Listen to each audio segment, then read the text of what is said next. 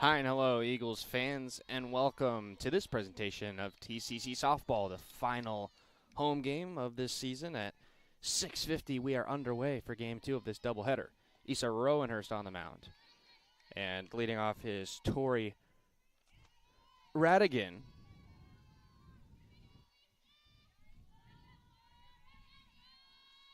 And we are live on YouTube for this game.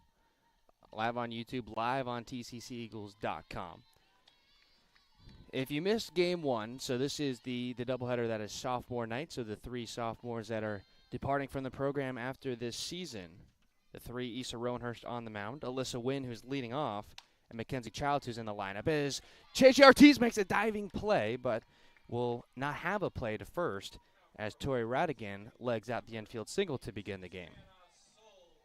Issa Rowenhurst this year is 2-0 in 8 starts, 8 appearances, so she started every game that she's appeared in. 2.95 ERA and just over 21 innings of work. It's been a while since she started. On March 14th against Andrew College, 5 innings, 2 runs on 11 hits. So this is our first appearance in Panhandle Conference play.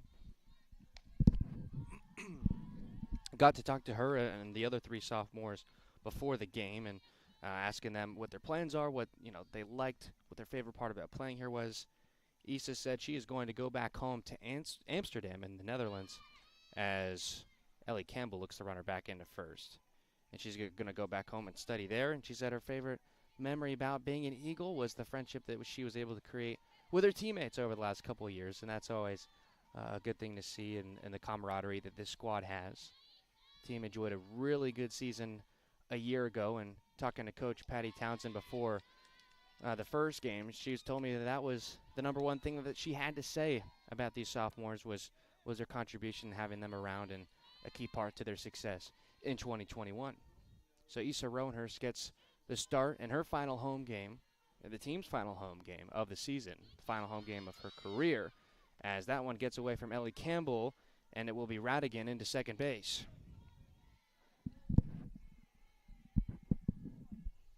Call it a wild pitch there.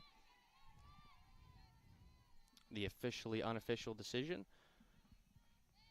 William Haynes bringing you the play-by-play for Game 2. Noah Hapner working our broadcast as the engineer, and that's going to be ball 4 to Susanna Soldi, and now she's put on base. 2 on with nobody out in a hurry for Georgia Hood, who's pitching in game number 2. She played first base in game 1 and had a couple of hits, including a double. So the first start in over a month for Issa Rowenhurst. And a little bit of trouble here early on. That first pitch slapped on the ground, and it gets through the gap on the left side. A little bit of a fumble for the left fielder, Tristan Knowles, and that's going to be bases loaded with nobody out.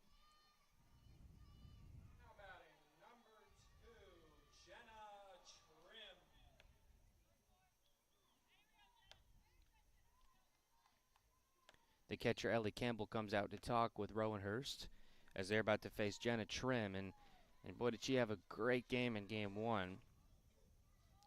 2 for 4 with a couple of doubles.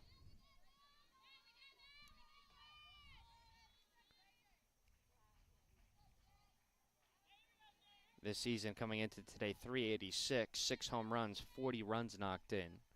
She's got a chance here with the bases juiced and nobody out. First pitch, she's swinging away, popped up. Right fielder charging in, makes the play. There's going to be a throw home, and it's offline. Runners advance to second and third as well. That was Alyssa Wynn, the sophomore, in her final home game, making the grab and right. And the throw brought Ellie Campbell off home plate, and that scored the first run of the game for Pensacola State. So call it a sacrifice fly for Jenna Trim. She gets the RBI on the play. The first out of the inning, scores Radigan from third. And as I said, the runners tagging up as well. Now it'll be Brianna Duggins, the third baseman today. That one dropped low for ball 1. Duggins was 3 for 4. A couple of singles and a triple in game 1. Got a couple of runners in scoring position here early on. That one a little bit high, and it's 2 balls, no strikes. The defensive alignment for the Eagles in game 2 is Tristan Knowles in left, Mackenzie Childs, the sophomore, in center, Alyssa Wynn, also the sophomore, in right. And then in the infield, Raven Little at third, Chichi Ortiz at shortstop. A-Rod at second as Ortiz goes to first, and we'll finish it off with Brittany Michael at first base, and she made the catch for out number 2. Runners stay where they are. So 6-3 on the put out there. And then it is Ellie Campbell behind the plate catching Issa Roanhurst. So all 3 sophomores starting and in the lineup tonight. Issa Roanhurst is the flex, so she will not hit, but she is the starting pitcher on the circle. 2 gone now. Runner still at second and third for Cam Buzzle, the DP. That one low and inside. Buzzle this year, 320, 5 home runs, 25 knocked in. Went 0 for 3 with a walk in game 1. That pitch, oh man, caught the outside edge. I was getting ready to call that one, but the home plate umpire raised the fist, and so it'll be 1 ball and 1 strike.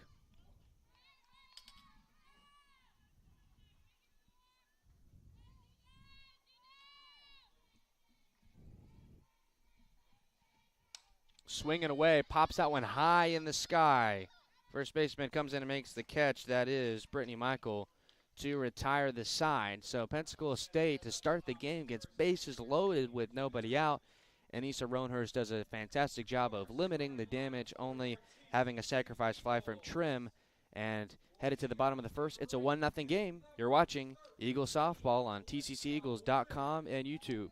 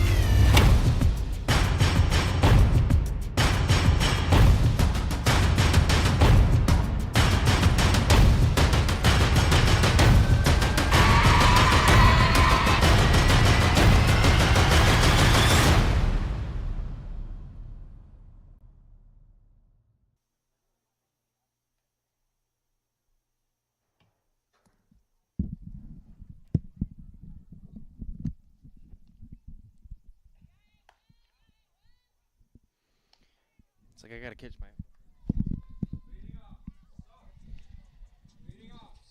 bottom of the first here. Georgia Hood will be the starting pitcher for game number 2. This season, Hood is 10-2 in 10 starts, 13 total appearances. In 10 starts, she's gone complete games 7 times. Her last time out was on April 15th at Chipola, went 7 innings, giving up. That looks like 1 run, 3 total on 8 hits. It'll be Alyssa Wynn to start things off. That one high and gets away from the catcher Sieber. Alyssa Wynn in her final home game, getting some love from the Eagle dugout as she stands in for the first time in this game. 6 at-bats this year, 333, the average. And a fastball called for a strike there. Got a chance to talk to Alyssa Wynn before the game, and very personable, very energetic, and she was telling me that her next plan, she's going to go off and study communications. Her favorite memory as an Eagle was last year's win over these Pensacola State Pirates, as that one was fouled back to the backstop. She grew up in Jacksonville. A couple of players brought up UNF as a potential landing spot post TCC. Mackenzie Childs, someone that's going to play softball at the next level as well. That 1-2 pitch is, I guess, misses high, and it's 2 balls, 2 strikes.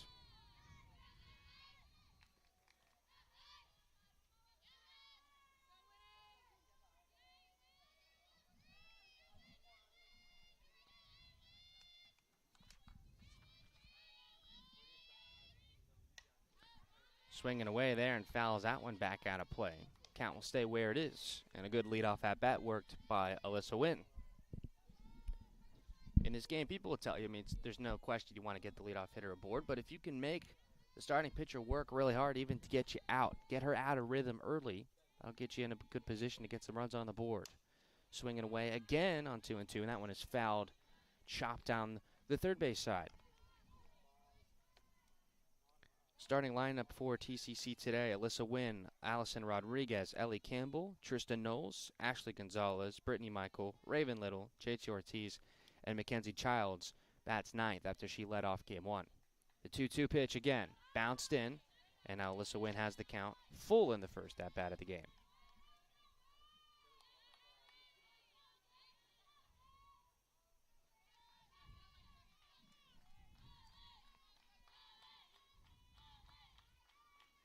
So long at bat, Hood has gone as far as she can with Wynn. The payoff pitch, swinging away there, and that's going to be another foul ball, but well struck. And so we'll do it again. Defensive alignment for Pensacola State in game two: Hannah in left, Garros in center, Soldi in right, and then third to first, Duggins at third, Radigan at short, Wolfenden at second, Trim at first, and Sieber, the catcher, catching for Georgia Hood. Another 3-2 pitch, and that one lofted in and just high, maybe bit off the plate, and that's a leadoff walk for Alyssa Wynn. A great start to the game for her. Works her first walk of the year. So just the kind of start, at least to the bottom of the first, that you're hoping for. Gets the tying run aboard for Allison Rodriguez. A-Rod went 0 for 3 in game one with a couple of pop-ups. This season overall, 214, 3 runs knocked in. Looking for her first home run of the year. 1 ball, no strikes as Georgia Hood, a little bit of difficulty finding the strike zone, although there has been a lot of borderline calls already.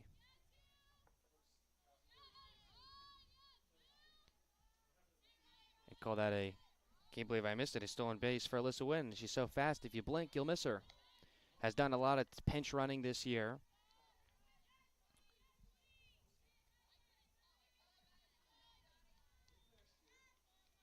And as I have on here, that's her first stolen base. 2-0 to Allison Rodriguez, and that's called a strike. On the final home day of the year, Eagles in their all-white uniforms. Pensacola State wear the all, I don't know what the all blue-green, perhaps you'll call it. The 2-1 to Rodriguez, another called strike, and now suddenly after 2-0, it's 2-2. Ellie Campbell, the catcher, awaits on deck. And the tying run in scoring position in Alyssa Wynn.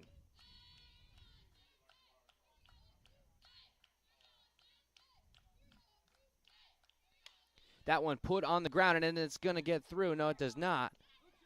Throw from the shortstop is in time by Radigan. Wow, she had a play like that in game one where there was a ground ball against the shift, but she was able to still get in position. I was just about certain I was going to get through.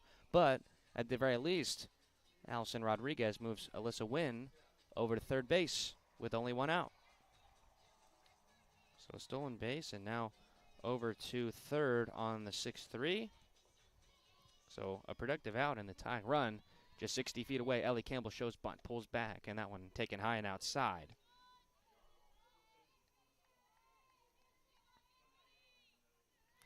Ellie Campbell this year in 24 games, 58 at-bats, 224, no home runs, 7 knocked in.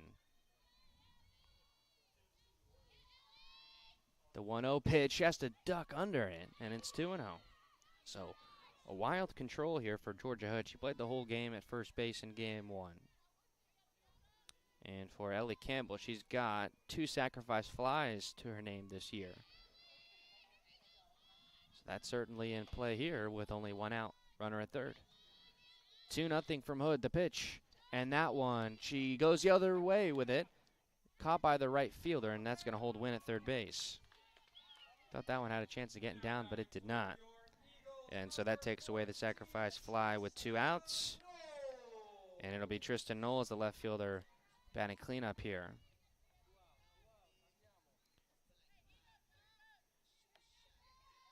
Tristan Knowles this season in 52 at-bats, 22 total games, 154 the average, 1 home run, 3 knocked in.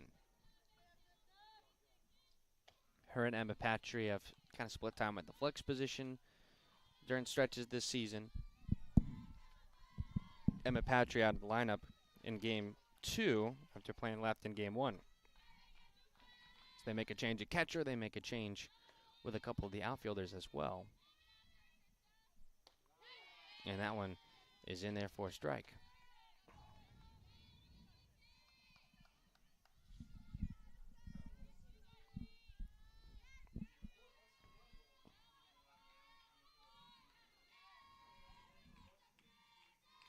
They break even on 1-1, and that one just high.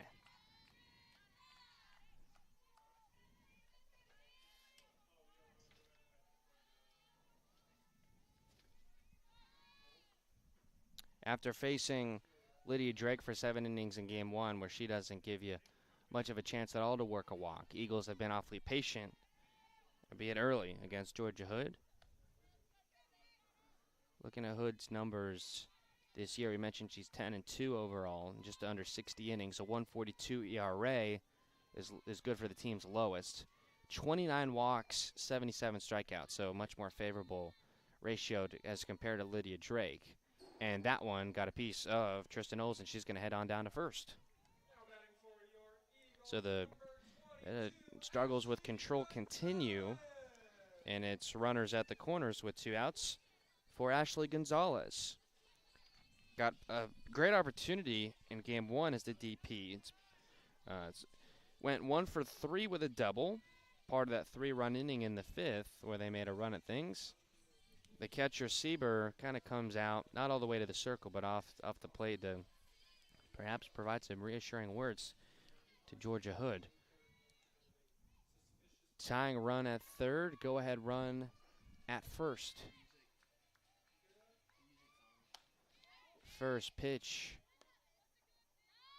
I guess, misses. Probably a little bit high. Home plate umpire not given as much leeway at the top part of the strike zone as compared to game 1. And so far, I would say that's worked more to the Eagles' favor if Hood wants to work up in the zone. Here's the 1-0. And that one high and outside as well. 2 balls, no strikes.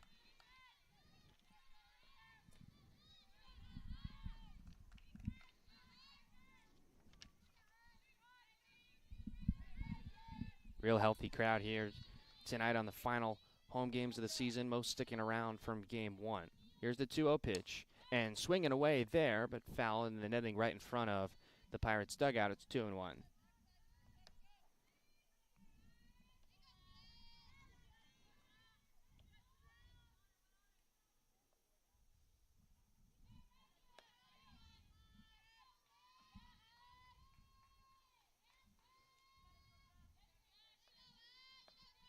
Sun beginning its descent behind the trees out in center field. Catcher Sieber tried to pull that one down, but the home plate umpire is not going to give it. It's 3-1. And now 1 ball away from loading up the bases for Brittany Michael, who's on deck. Big pitch here for Hood. Are they going to give her something to hit, or are they going to put her on base? That one bounced in, and that will load the bases. Pushes Knowles over to second. So you have Wynn running at third, Knowles running at second, and Gonzalez running at first. So with 2 outs, a ton of speed. Runners going on contact with 2 outs. You follow kind of the thought process. If Brittany Michael can get something down, Eagles should be in good shape. Michael leads the team in at-bats, at least coming into the day, with 124. 242 the average, 1 home run, 18 knocked in. That first pitch missing high, and I think that's going to be a common theme tonight. 11 walks as compared to 9 strikeouts, so she tends to be more patient in her at-bats. Pitched in game 1, it was a tough position for her. 2 days off of 9 2/3, she went 3 innings. That one dropped in, but missing as well, and it's 2-0.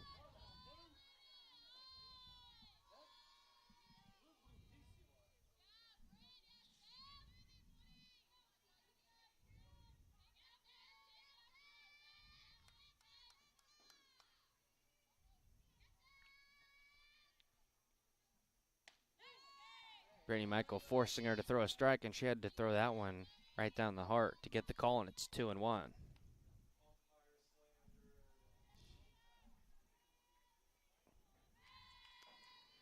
Most of the field covered in shadows. Lights will be turned on sometime shortly, as that one is called a strike at the top of the zone.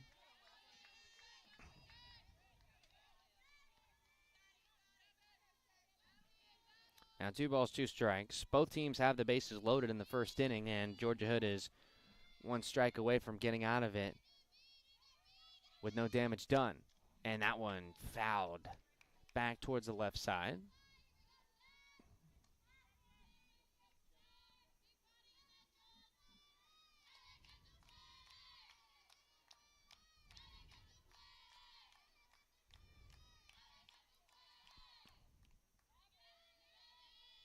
It'll be another 2-2.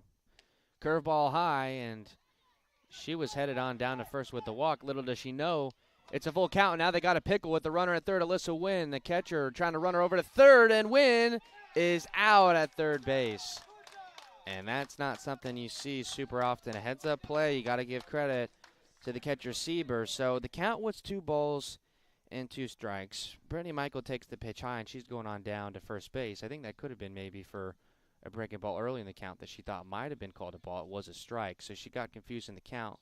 She heads down to first. Runners come around, and they get the snap throw down to third. They catch Alyssa Wynn in a pickle. So, tough break for TCC. They had the bases loaded with 2 outs, come away empty-handed, and it's Rowanhurst back on the circle in a 1-0 game. Stay with us. Community College presents Rock the Roost, starring Luke Bryan. Yeah, that's my kind of night. Luke Bryan. It goes live Saturday, July 23rd on campus at TCC with special guest There was this girl, Riley Green. drink in her hand. Shoot me and let's get into trouble, grand. Tickets are on sale now at rocktheroosttcc.com. Luke Bryan, live, produced by Tallahassee Community College and Adams Entertainment.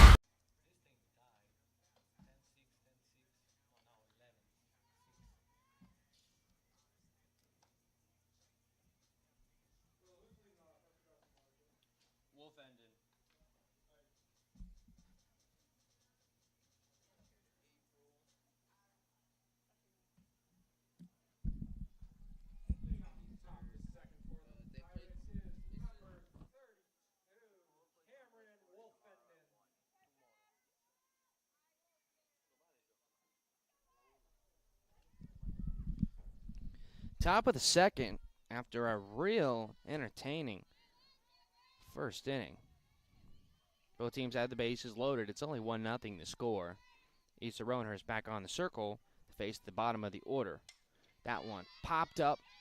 A couple of Eagles defenders converge on it, but it falls foul. Cameron Wolfenden, Bella Hanna, and Maya Gross here in the Pirates' second inning.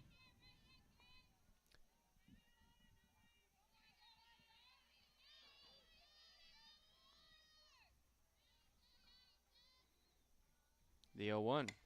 And that one smacked to left. Will it stay fair? It does. Off to the wall, or no? Did they say no? They did. Looked fair to me. The field umpire put the hands up, so it'll be a foul ball.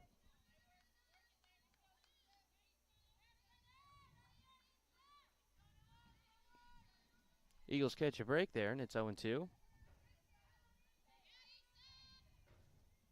That one lofted in.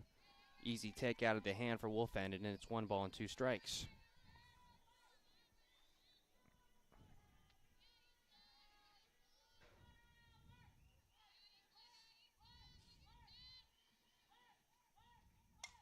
That one chopped short, softly right on the ground. Rowanhurst, easy routine play to first for out number 1.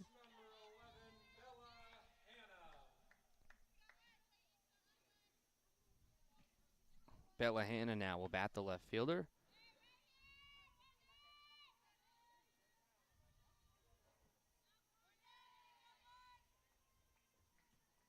This season, she's hitting .362, no home runs, and 3 knocked in.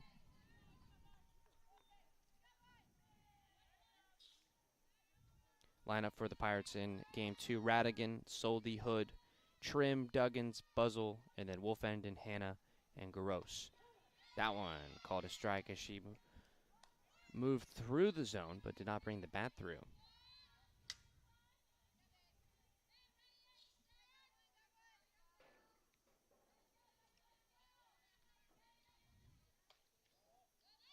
That one off the plate. 2 balls, 1 strike.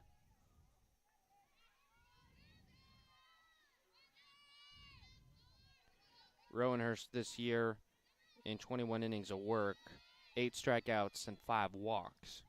So it's not, 21 innings and 5 walks. That is pretty good control. Another comebacker to the mound, to circle. And Rowanhurst able to make the play again, and there's 2 gone.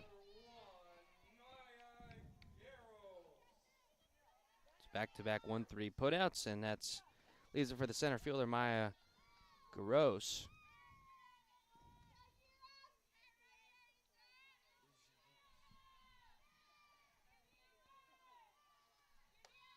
That one high and away. This season she is hitting .407 with a home run and 29 runs batted in. Bases empty with 2 outs. First pitch, and screeches that one foul right in front of the Eagle dugout.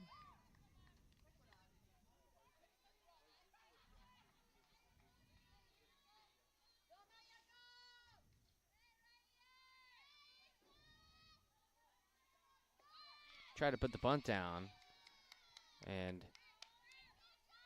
call that a strike. She didn't make contact. Quickly 0-2. 1 strike away from getting out of this inning cleanly.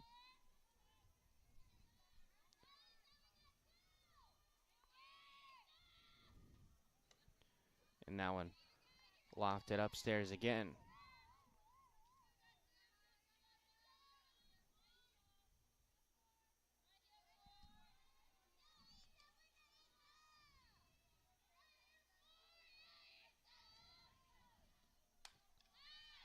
Fouled out of play.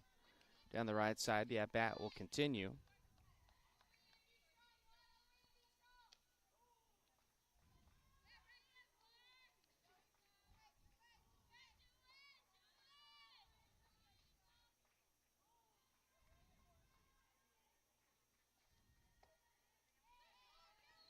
Bounced in, and that'll bring the count here full.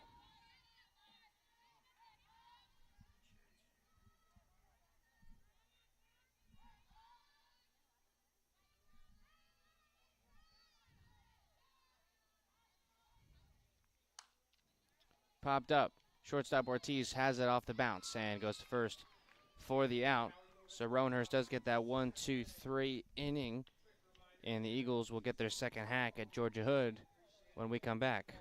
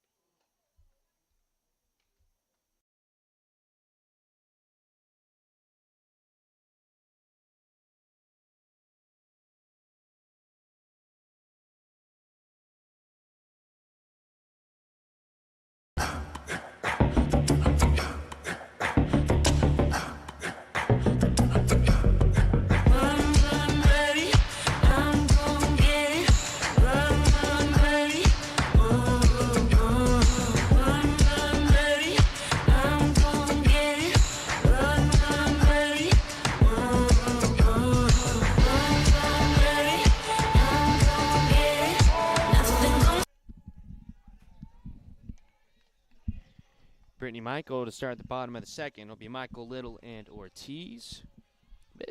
Bit bit of a shakeup in the lineup. I mean, Raven Little, who usually bats towards the top, she's towards the bottom. Same thing with Michael, relatively speaking. Last home game of the year, getting the sophomores a chance. You love to see all three of them on the field playing. Rowanhurst, as we said, getting her first start in a little bit. Alyssa Wynn batting at the top of the order, and Mackenzie Childs in there as well. There's a strike called. And it's 1-1.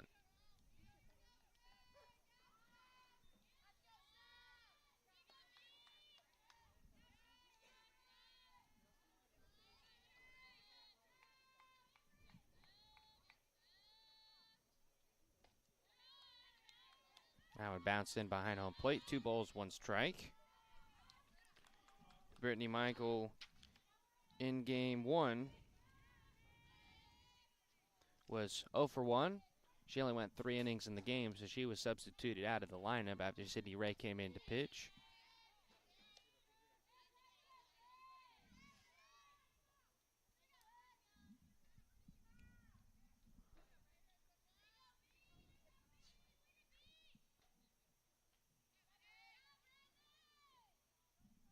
The 2-2 from Hood, and that one is going to get down for a base hit in the gap in left center field. The center fielder, Garos, digging it out of the wall, throwing his second, not in time. A leadoff double for Brittany Michael. Gets the tying run back in scoring position for Raven Little.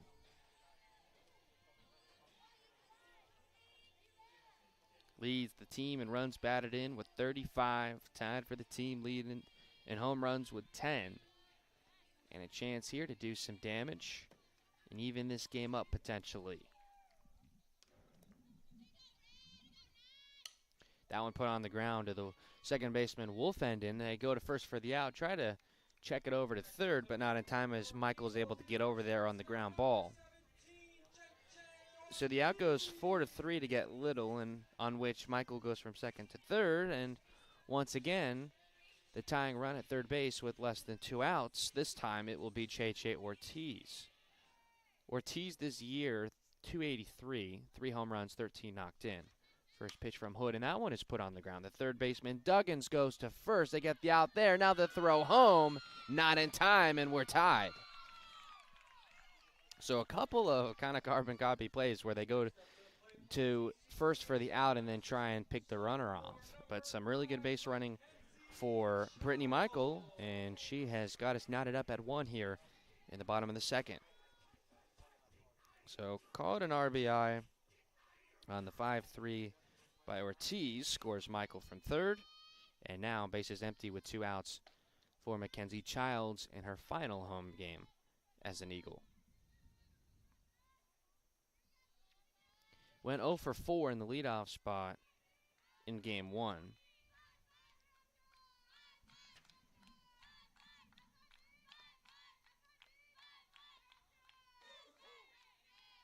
That pitch called a strike, even it up.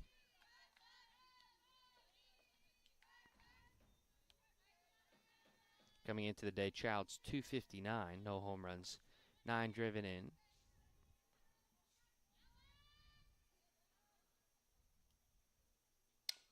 Chopped on the ground, brings the third baseman Duggins to the ground, but she's up in a hurry and gets the throw to first just in the nick of time to retire Childs, but the Eagles do get on the board, a leadoff double for Brittany Michael, and they're able to, with a couple of ground balls, bring her in, and after 2 full, we are tied all at 1 apiece.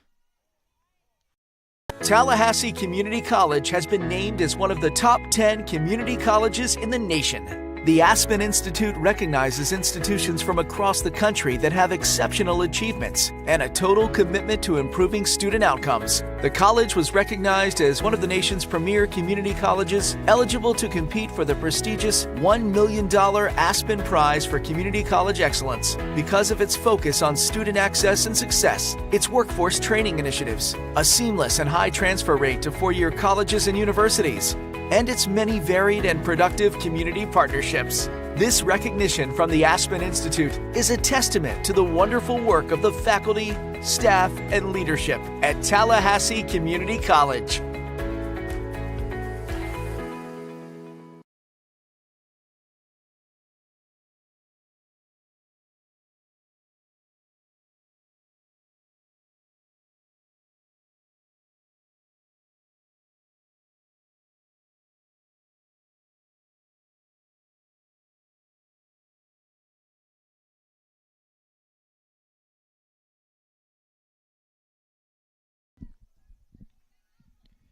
So both teams have gone through the first time through the order already through a couple innings. And top of the third, we're back to the top, and Tori Radigan, who singled to begin the game.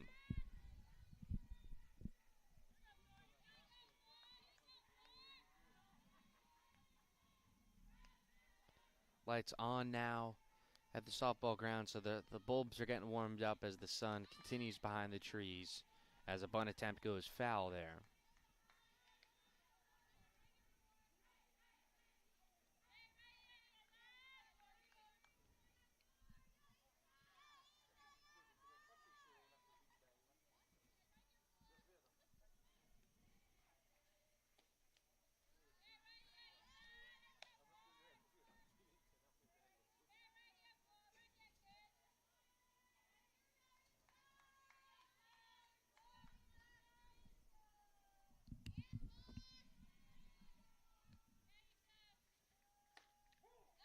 Got the strike called on the outside part, and now Radican has a 2-ball, 2-strike count against her to begin the third inning.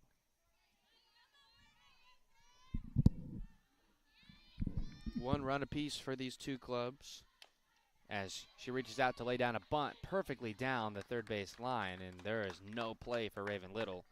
A leadoff bunt single for Tori Radigan.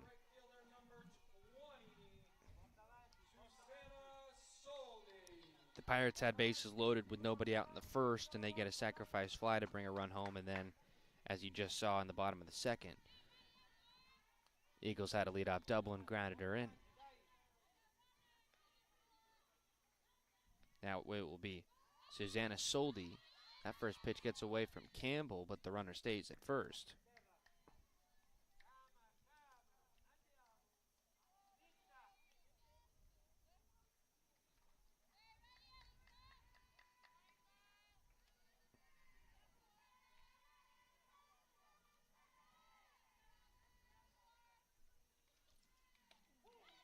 One 0 fastball, and got it called for a strike.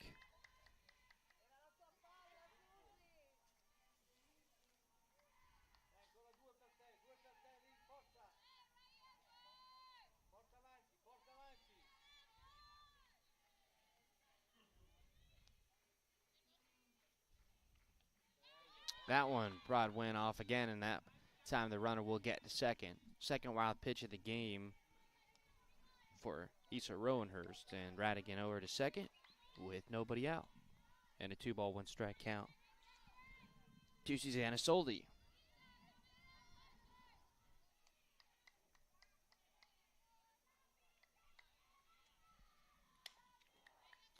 Breaking ball that was just fouled off by Soldi to bring it to 2-2.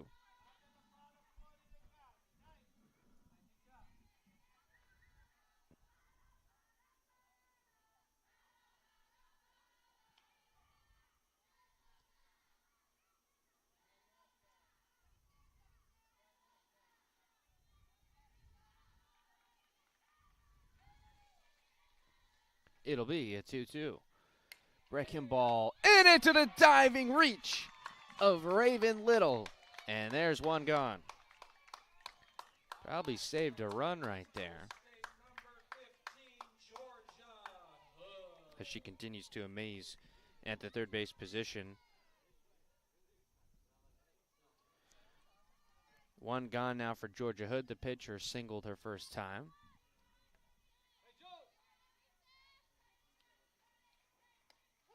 Gets the strike called on the outside part there. So the home plate umpire willing to open up the strike zone laterally, just not as much vertically, at least that we've seen so far. I expect TCC to continue to try and take advantage of that as much as they can, after they were focused on putting the ball in play after a leadoff double in the second. Maybe they'll go back to working some walks against the hitter at the plate in Georgia Hood. Also the pitcher starting game 2. She's got a 0-2 count against her.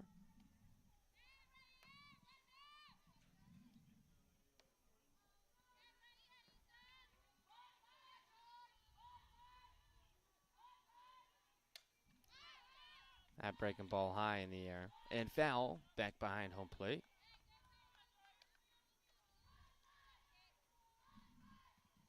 Roanhurst looking for her first strikeout of the night.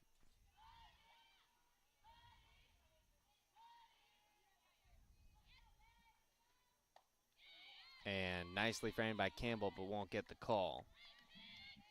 As Roanhurst continues to try and take advantage of that outside part of the plate, especially against these right-handed hitters.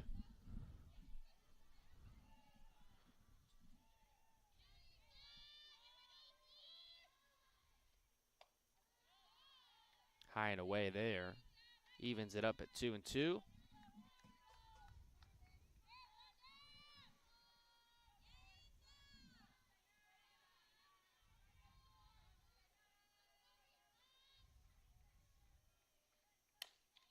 That one chopped right in front of home plate. Takes a nasty bounce, but home plate umpire said it went foul before then.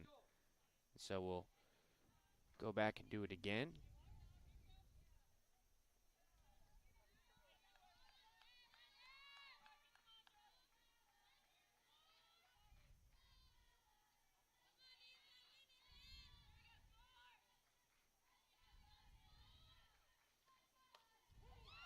And a strike 3 called on the outside part. And there's the first punch out for Issa Roanhurst tonight.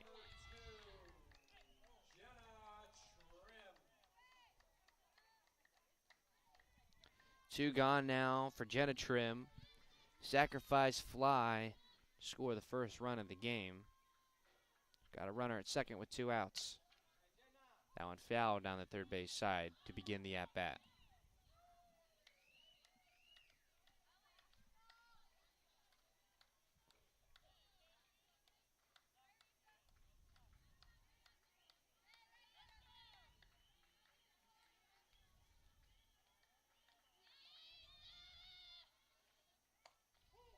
And they got the strike call on the outside again. The crowd not as much liking that one. But Campbell's doing a great job of pulling those into the strike zone.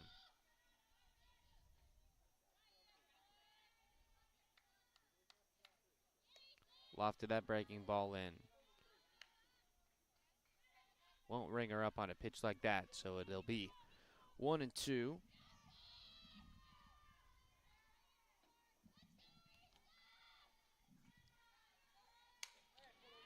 Fly ball, center fielder Childs goes back and makes a running catch towards the wall. For out number 3 to retire the side, a leadoff single and nothing else as we head to the bottom of the third in a 1-1 game.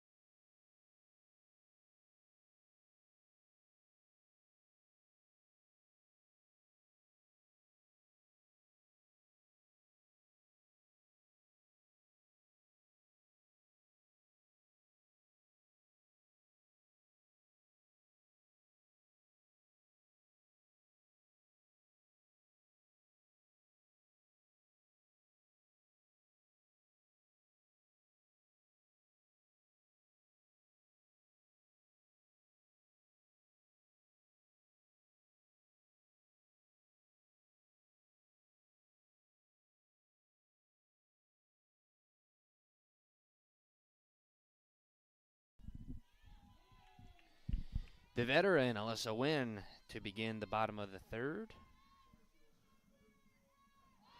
Alyssa Wynn from Jacksonville, Florida, completing her 3rd season with the Eagles and has played 30 career games coming into today. This is game number 31.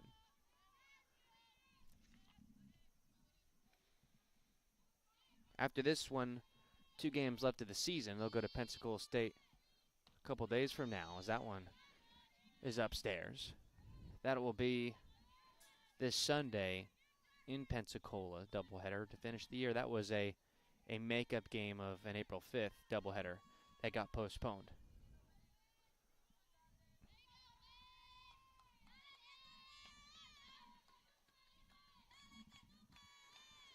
To a pitch foul just right off the end of the bat.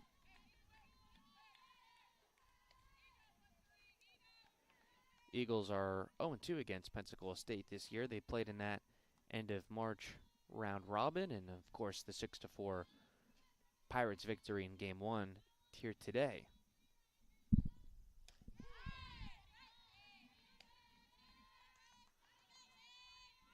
Called strike, and it's 2 balls and 2 strikes to Alyssa Wynn.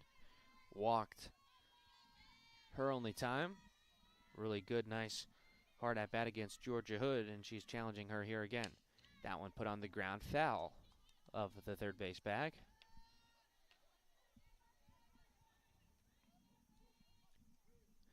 Allison Rodriguez on deck, Ellie Campbell in the hole.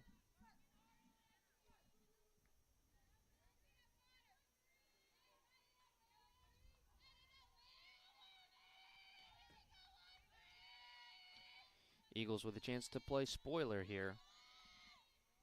That one upstairs again, and the count is full. Coming into today, there was a 3-way tie for first place. Northwest, Chipola, and these Pirates were all 10-6. So including the game here, you got 3 left against Pensacola State, so inclined to take them out. Eagles have a chance to do just that. Charged by the third baseman, and that's in time. A nice play by Radigan.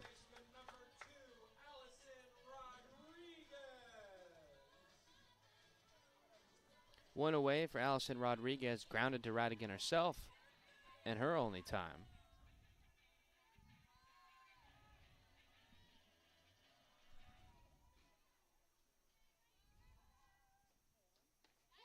Breaking ball bounces in for a strike.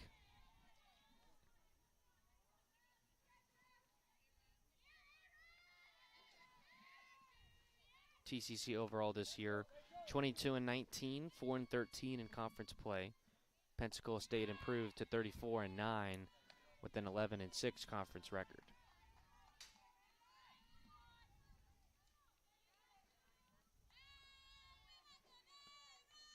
So Tallahassee will need at least one win over the next 3 to finish the season over 500.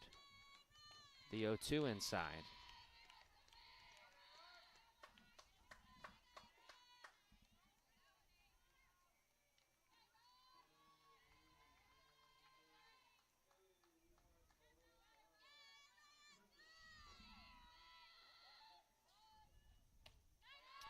And a wave and a miss. Strike 3. First punch out for Georgia Hood, and there's 2 gone. It'll be Ellie Campbell, the catcher. Flew out to right her first time. Eagles making their second trip through the order against the Pirates starter. 1-1 game as we are 1 out away from the conclusion of the 3rd inning. That one upstairs.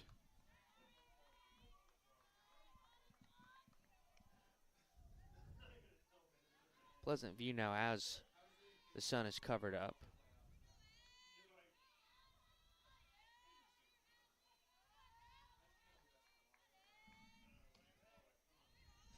That one upstairs, and it's 2 balls, no strikes. So Georgia Hood still committed to try and get those called for strikes, because I can tell you that Eagles aren't chasing that pitch anytime soon with the way they've been called. There's a strike. It's 2-1. Middle of the order due up for Pensacola State in the 4th. Duggins, Buzzle, and Wolfenden. Campbell shows bunt and pulls back, swinging away for strike 2.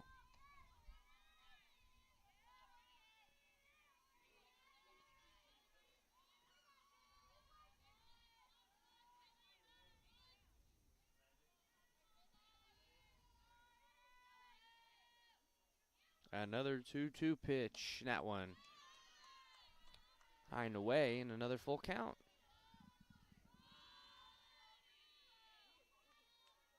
Seen a few of those already.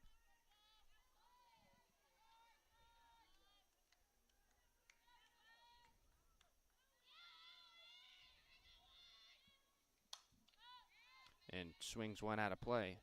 Foul ball.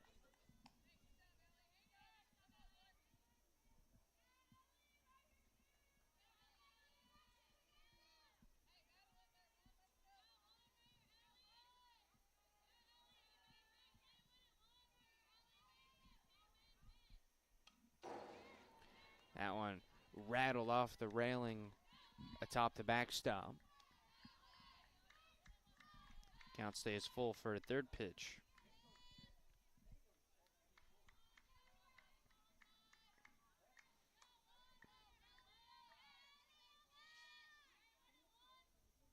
That one high, ball 4, and that'll be a walk for Ellie Campbell.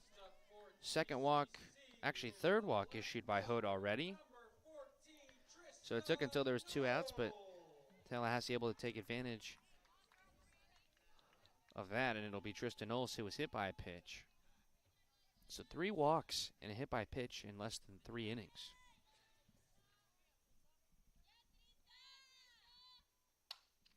And that one passed the diving reach of Duggins and into left for a base hit.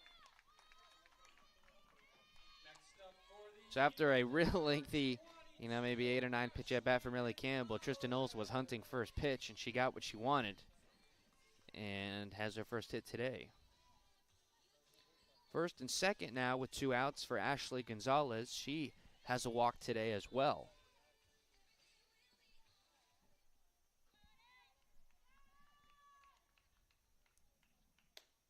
That one missing upstairs.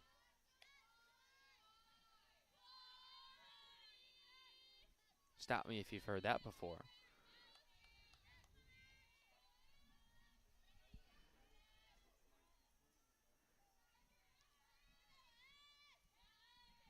Ellie Campbell off second, Knowles off of first with 2 outs. Gonzalez takes, and it's 1-1. Maybe not the type of game that people watching at home, are excited to watch a game to just see everyone take some pitches, but this is clearly the strategy right now. That's the way to go. And as that one is swung on and in foul territory, just out of the glove of Susanna Solian, they'll stay alive. We saw this, I believe, the last time we were here. It was the doubleheader against Northwest State. And there was the game where they were clearly, especially the first time through the order, they just wanted to come up and take pitches. And for the most part, it worked. It was a successful strategy, and they have the opportunity to do something like this here. That was a ground ball right to the third baseman, Duggins, who just takes a step behind and steps on the bag for the force out. So, Eagles had the makings of a 2-out rally but couldn't bring anyone home. We're through 3 now. It's a 1-1 game in the home finale. Community College presents Rock the Roost, starring Luke Bryan. Yeah, that's my kind of night. Luke Bryan, it goes live Saturday, July 23rd on campus at TCC with special guest There was this girl, Riley Green. drink in her hand. Shoot me a let's get into trouble grin. Tickets are on sale now at rocktheroosttcc.com. Luke Bryan, live, produced by Tallahassee Community College and Adams Entertainment.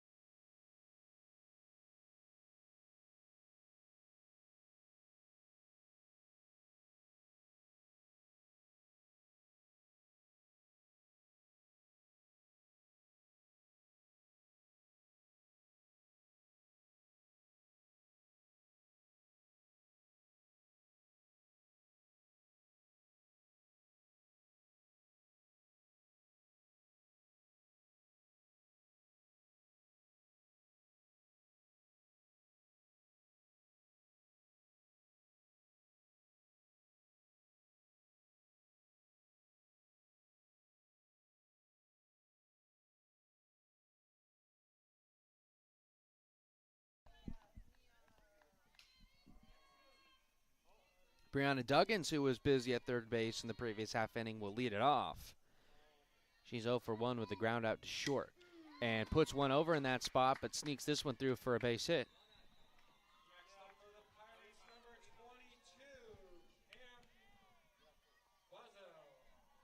It'll be Cam Bazell here, popped up to the first baseman, her only time.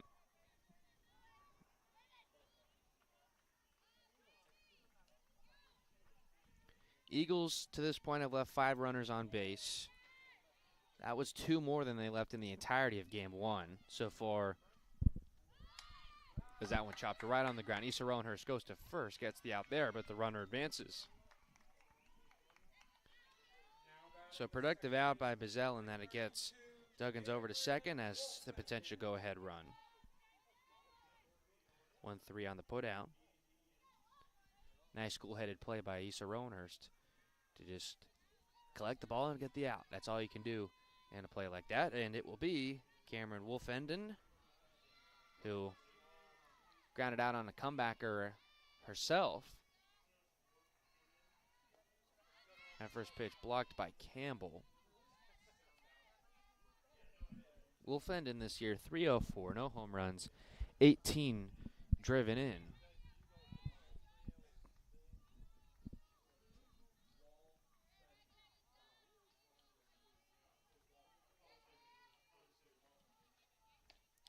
Wave and a miss. I think I got her with the off speed, maybe the change up there, and it's 1-1.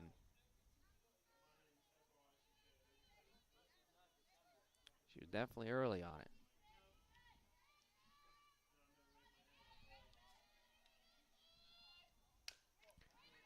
Chop to the left side, but foul.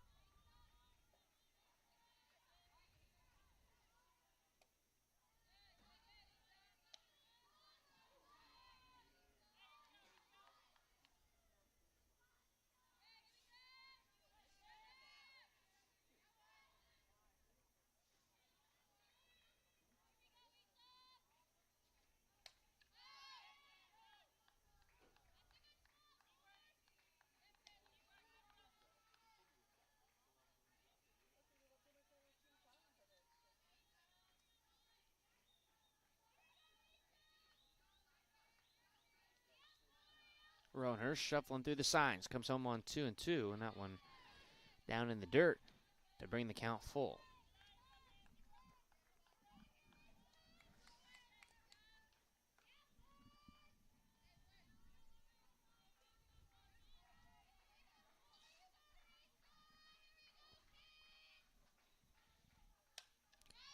Pop up, but foul.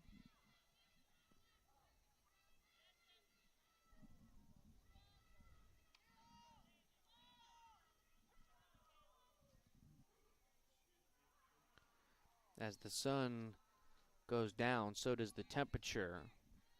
About 78 degrees here, game time for game 2. Game 1 was in the 80s. We had some trouble with computers, equipment overheating. It's one of those Tallahassee late April afternoons. Another comebacker to Roanhurst. So they get the out at first. Duggins goes down to third. That, by my count, is the 4th comebacker already today by Pensacola State. Second in this inning alone. And Roanhurst doing a great job of generating some very weak contact.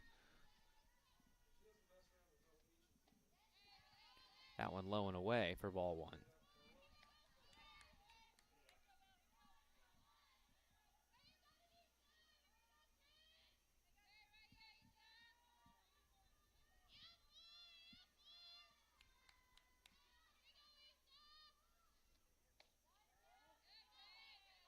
Breaking ball can't find the zone, and now it's 2-0.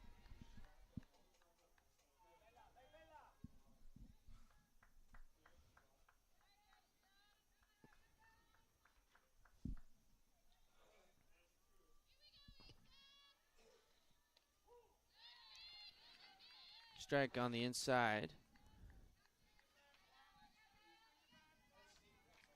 Update on the baseball side of things. I think we mentioned it in game 1, but it was a 6-4 loss for the good guys as TCC falls in Niceville. They led at one point 4-0. They allowed 6 unanswered runs. That one to the right side to A-Rod, and they go to first for the out. So leadoff single, a hit, but that's it for Pensacola State in the top of the 4th.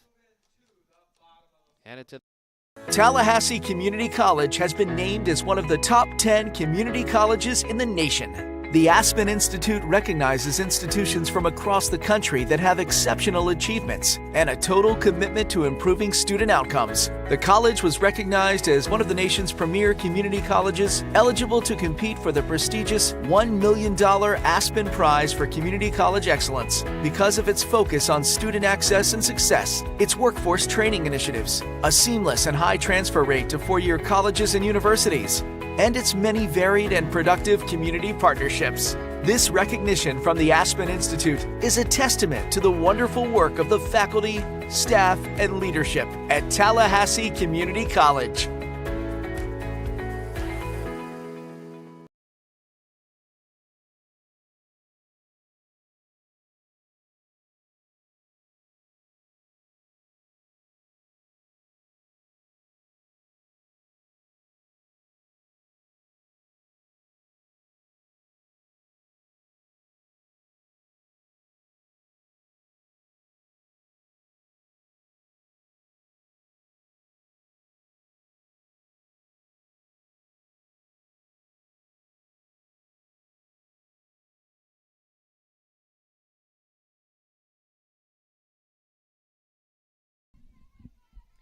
bottom of the 4th. Previous half inning, Pensacola State had the go-ahead run 60 feet away and leave her there.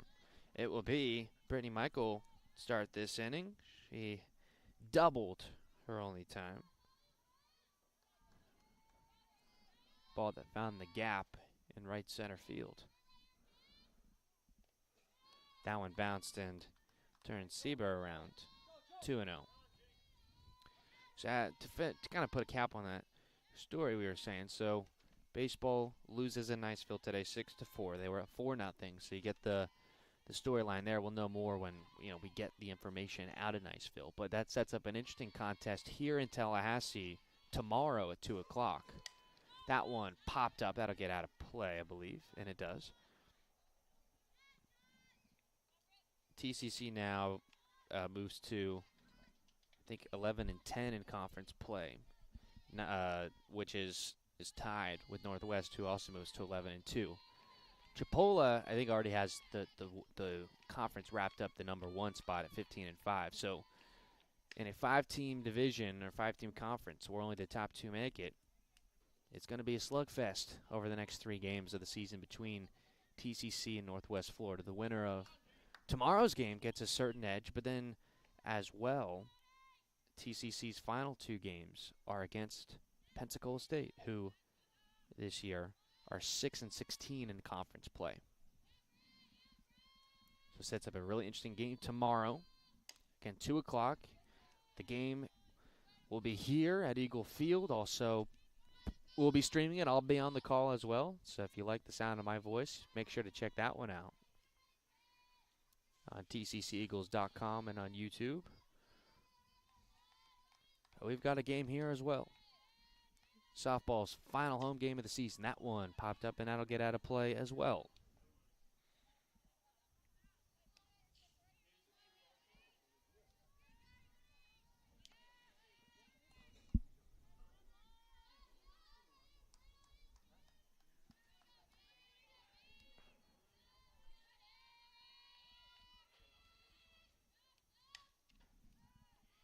Michael jammed inside and sends one ricocheting into the Eagle dugout. Alyssa Wynn returns the ball, and they'll give it back to the home plate umpire.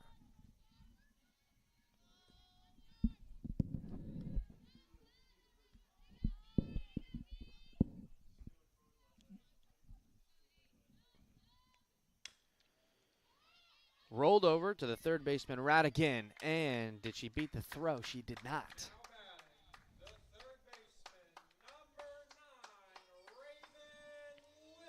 One out, bases empty for Raven Little. She rolled over to the left side as well, her only time a ground out to second base. scratch that, the ground ball the other way, rather, I should say.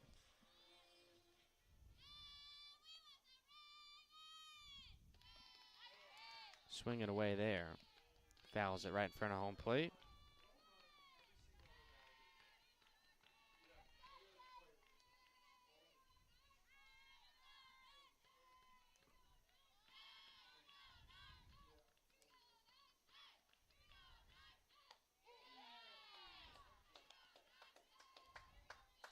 Raven Little down in the count.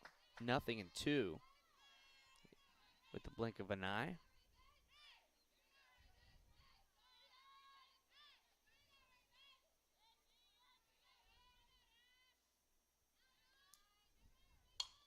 And that one grounded right up the middle and through for a hit. Raven Little's second hit today, her first of game 2. 1 on with 1 out for Che Ortiz, who has had a nice day. A ground ball that brought in TCC's only run here in game 2. And as we mentioned already, a home run in game 1. Her 4th home run of the year. Has really come on nicely to close out this season, and she sneaks one through the left side of the infield. And Eagles go station to station. 2 on now with 1 out. Back-to-back singles. And the 9-hitter, Mackenzie Child, steps in. Righty on lefty, advantage goes to her. The sophomore from Port Orange, Florida, playing her 72nd game as an Eagle. Her final at the softball complex. Chops that one, and Radigan had trouble. She lost the handle. Took a nasty hop, and there's ducks on the pond. Bases loaded.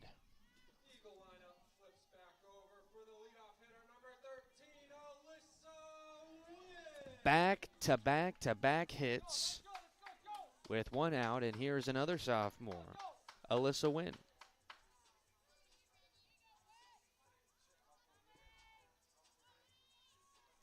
The script has written itself to this point. Rowanhurst allowing 1 run through 4. Mackenzie Childs got aboard to load the bases, and now Alyssa Wynn has a chance to drive them in.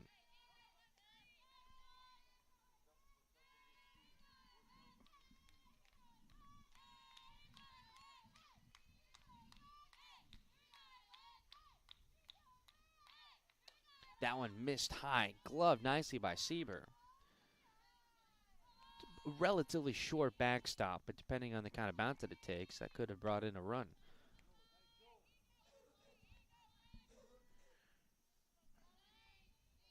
Sieber starting both games today at catcher, a tactic most Panhandle teams employ. That one grounded to the right side, and the second baseman, Wolfenden, has the short arm throw to first for the second out, but that gives the Eagles the lead. With 1 out, bases loaded, all you needed was a ground ball hit soft enough to prevent a double play, and that's what they got. Alyssa Wynn gets the run batted in on the 4-3. Scores Raven Little from third, and Che Ortiz able to move over as well. All the base runners advanced. 0-1 the count there.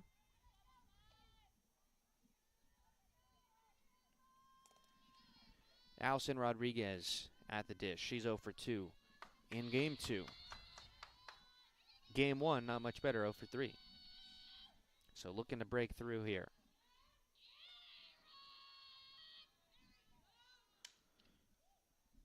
Kind of just stuck the bat out and tried to push it to the pull side, and it went foul. Quickly 0-2.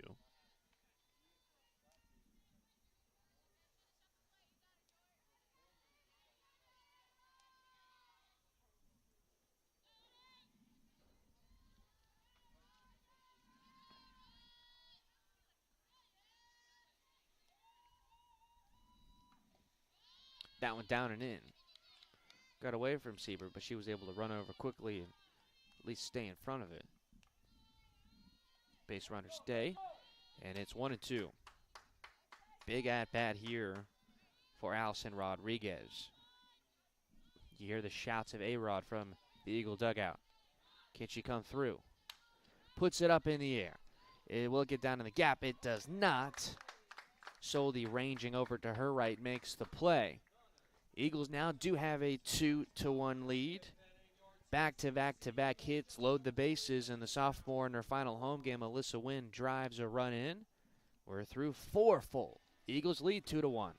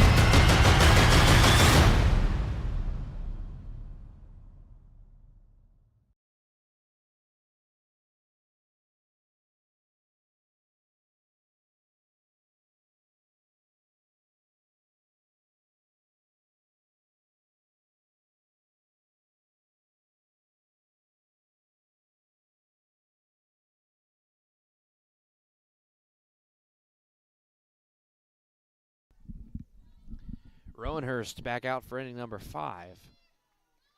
And that one gets away from Ellie Campbell, but no harm done as there's no one on base. But spiked that one in the dirt. It's Maya Garros. Garros to start the 5th. Grounded to short, her only time. Then followed back to the top of the order and Radigan and Soldi. So Rowanhurst, I imagine, will be tasked with base in the order 3rd time through. I mean, we're one batter away. That one misses by a bit now, 2-0 the count.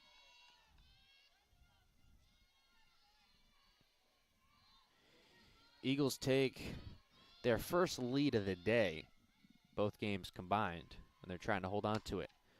Right to Ortiz. Out number 1.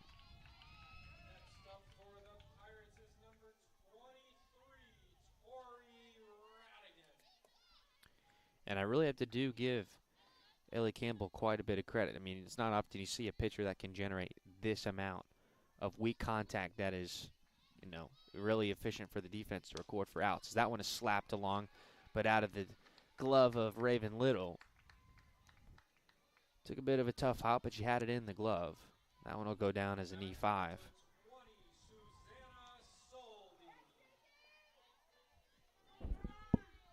So Radigan has reached all 3 times. She's 2 for 3 with the error. But now it'll be Susanna Soldi. 0 for 1 with a walk.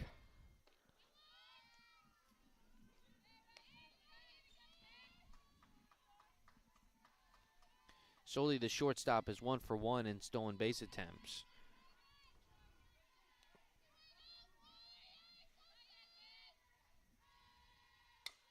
Swinging away, another comeback. Rowanhurst loses the handle, and everyone's safe. That had the potential to be the 5th 1-3 putout for Rowanhurst. And so what could have been bases empty with 2 outs, or maybe the end of the inning because there was 1 out already, but now is a couple of runners on with 1 out. Put that one down as an E1. Infield in to discuss how they're going to go about things. Georgia Hood comes to the plate. And this is really more the storyline of game 1, when she was playing first base. Now that she's pitching, that kind of becomes a story. But Georgia Hood, maybe the best statistical hitter the Pirates have. She's hitting .433 coming into the day. 9 home runs, 57 runs batted in. And a chance with a couple of runners on. Smacks that one in the air. and I believe it falls foul.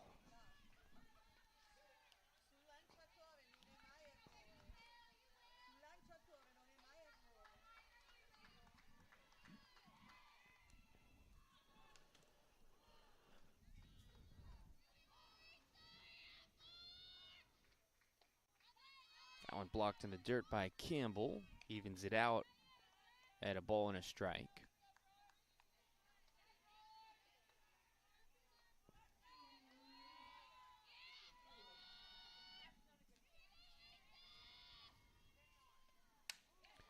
And that one's going to get down for a base hit. Sends Tristan Knowles all the way to the wall. 1 run comes to score.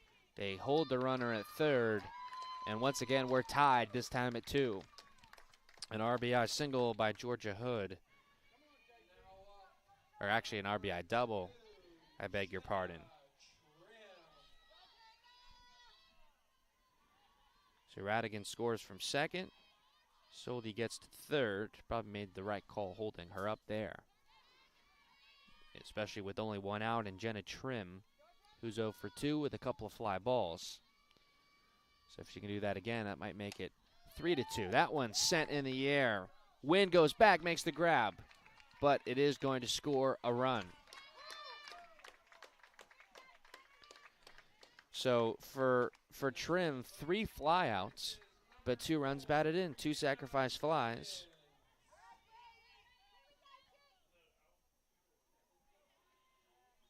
Scores Soldi from third. Hood able to tag and move to third base, and it's Brianna Duggins, the third baseman, singled off a first pitch, and that one grounded right to Issa Roanhurst, and that is the 5th successful comebacker out completed by Issa Roanhurst, as you see her mimic the action of gloving the softball off the dirt. But not before Pensacola State takes a couple of runs, takes advantage of some defensive errors from Tallahassee, a couple in the inning. They convert, and once again the Eagles find themselves trailing today. It's 3-2. Community College presents Rock the Roost, starring Luke Bryan. Yeah, that's my kind of night. Luke Bryan, it goes live Saturday, July 23rd on campus at TCC with special guest There was this girl, Riley Green. drink in her hand. Shoot me and let's get into trouble, grin. Tickets are on sale now at rocktheroosttcc.com. Luke Bryan, live, produced by Tallahassee Community College and Adams Entertainment.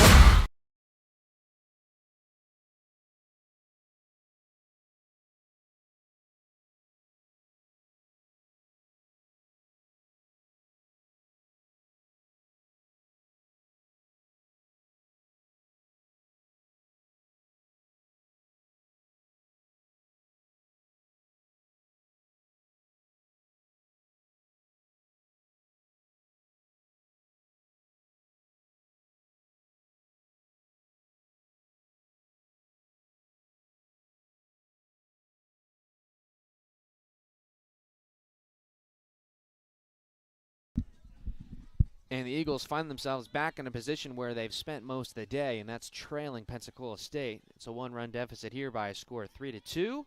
Ellie Campbell to start things off against Georgia Hood, who drove in the tying run in the 5th, top of the 5th. Now we're at the bottom of the 5th. 1 ball and no strikes to Campbell, I believe.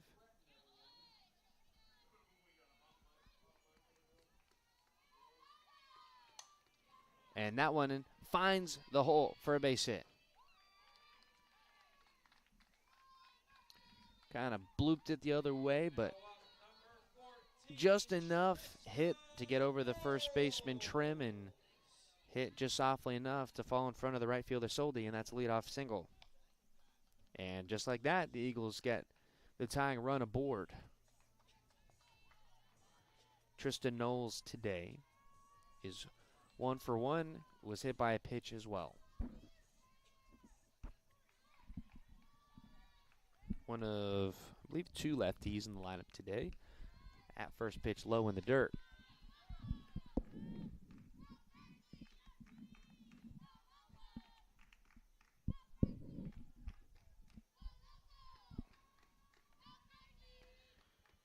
Lights taking full effect now down on the field. Breaking ball drops in for a strike.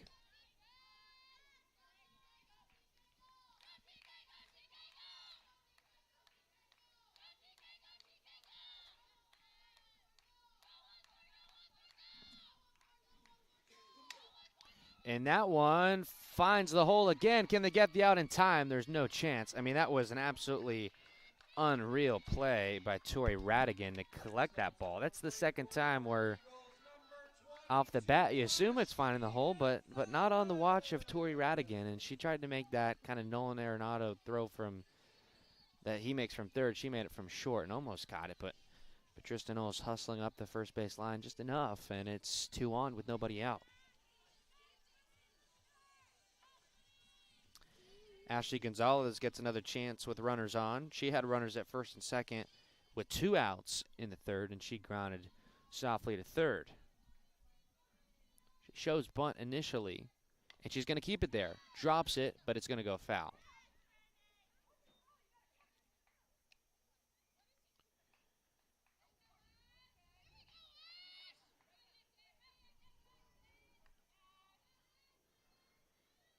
She's got 3 sacrifice hits this year.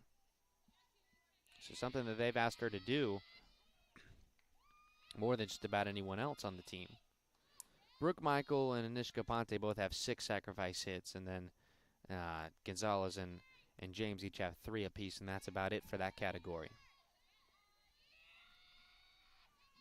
Shows bunt again and lays it down, but that one too high up and goes back out of play.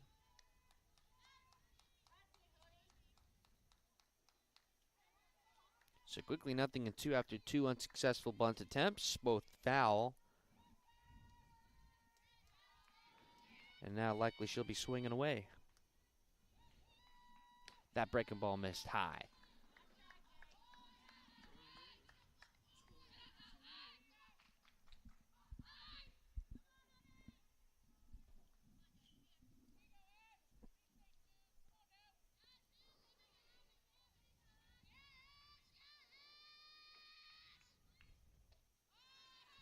Fastball down and in, and just like that, Gonzalez has evened it at 2 balls and 2 strikes.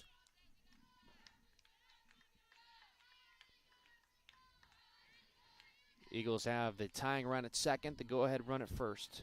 Still nobody out. Hood comes home and fouled right out in front.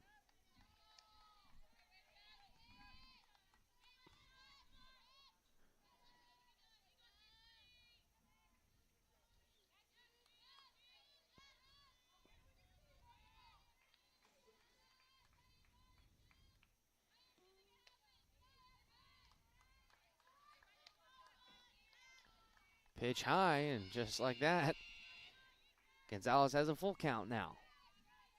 A ball away from loading the bases. A strike away from maybe putting the double play in position. So big pitch here. And a wave and a miss. Strike 3. Second strikeout for Hood. And the baton gets passed to Brittany Michael, who's 1 for 2 with a double.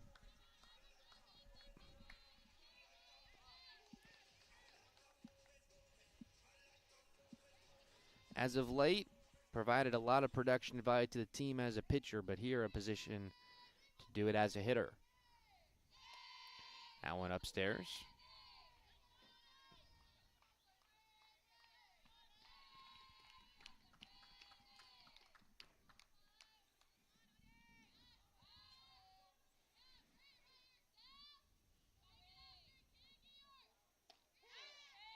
Breaking ball drops in, and it's 1 ball and 1 strike.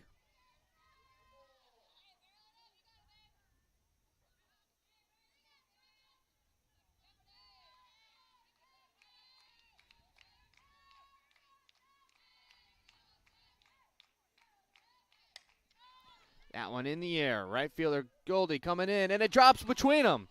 Long throw to third, and it takes Duggins off the bag. Bases loaded.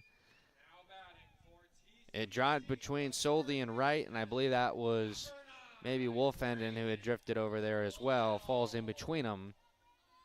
And now the infield's going to come in and have a pirate convention on the circle.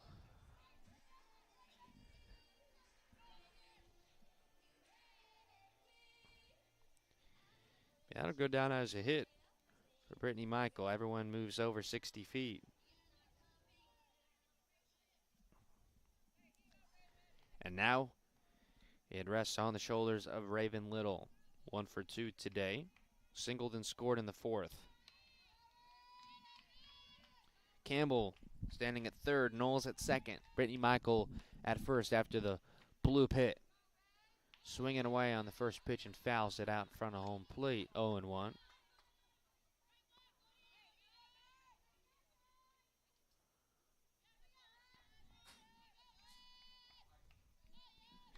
I feel like we've said this a couple of times lately, but this is a very big spot in this game. It's getting late, and got her with a change of speed.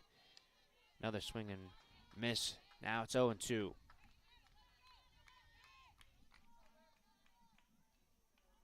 Ortiz awaits on deck, barring a double play. She'll bat next. That one upstairs gets away from Sieber, and the runners stay put.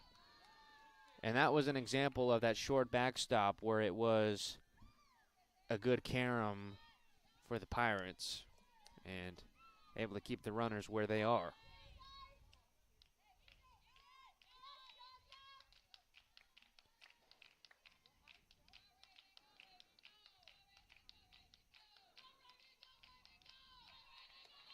That one misses high, 2 balls and 2 strikes.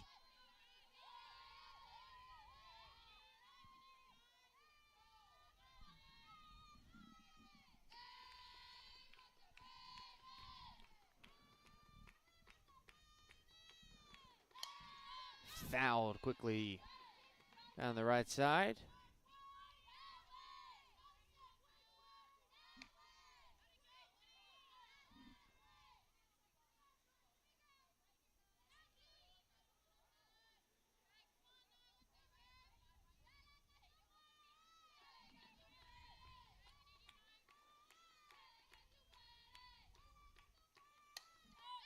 Foul in the same spot.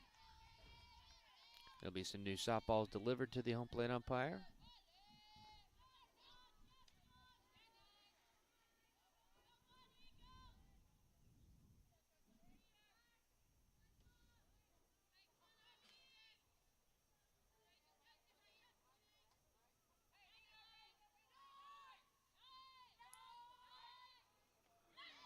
Got her to swing and miss at a pitch low, and Raven Little is out on strikes. Strikeout number 3 for Hood. And now it'll be on Cheche Ortiz with the bases loaded and 2 outs. Pensacola State coach is going to come out and talk to Hood.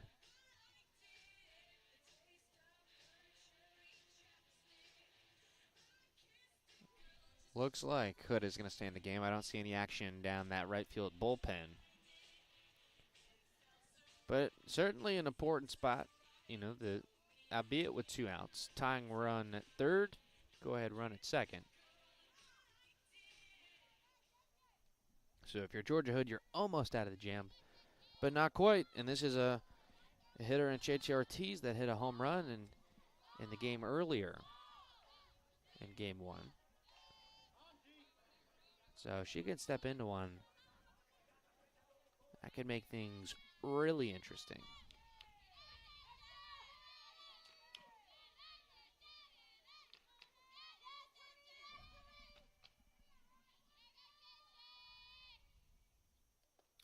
First pitch bounced in. And you got to be careful with that. You already got away with one that got back to the backstop, and you got lucky with the carom, but you're testing your luck an awfully lot. You're going to try that again.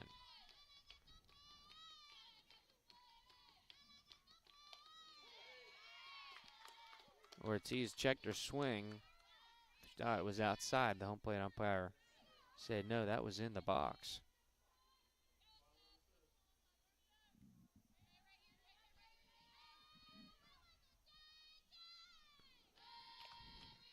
That one fouled off the tip.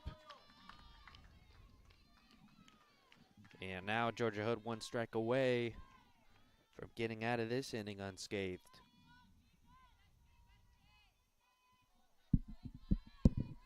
Singles from Campbell, Knowles, and Brittany Michael loaded the bases. And that one put on the ground. It's going to be a tough play for Duggins. The throw to first in time, and that will retire the side. Eagles loaded the bases with 1 out. Couldn't bring anyone across. They're still down 1 run with 2 innings left to play.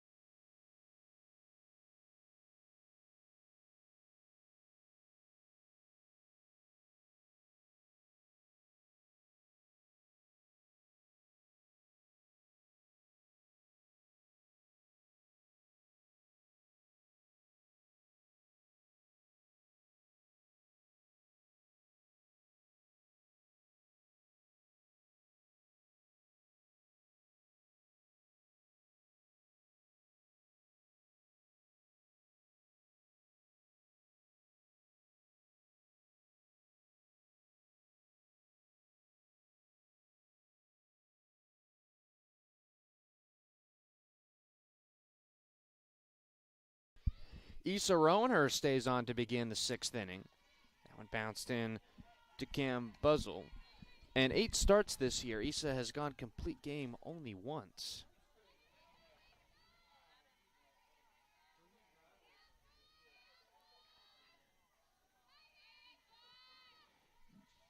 That came on February 25th against South Georgia State in about the 2nd or 3rd week of the season. And it's been about a month since she started a game. Well, over a month. It was March 14th. That went off the plate and quickly 3-0. She's given up 3 runs. A lot of weak contact, and I think that's maybe where Coach Patty Townsend's head is at, you know, unless the Pirates start hitting the screws of the softball, you know, you keep her in the game. But that's a 4-pitch walk to begin the inning, and that's usually a warning sign. It's the bottom of the order up here, though. The 7th-hitter Cameron Wolfenden will step in, and she is 0 for 2. No, are they going to pinch hit as the head coach comes out? Lindsey Angus to talk to the home plate umpire. It's going to be a pinch run substitution. Kelsey Bargeman will pinch run.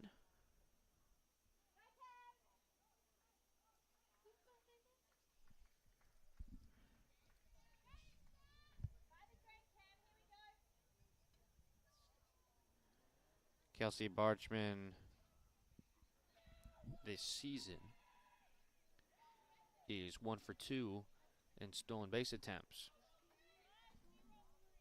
So they're going to play it straight up with Wolfenden. It's just a pinch run.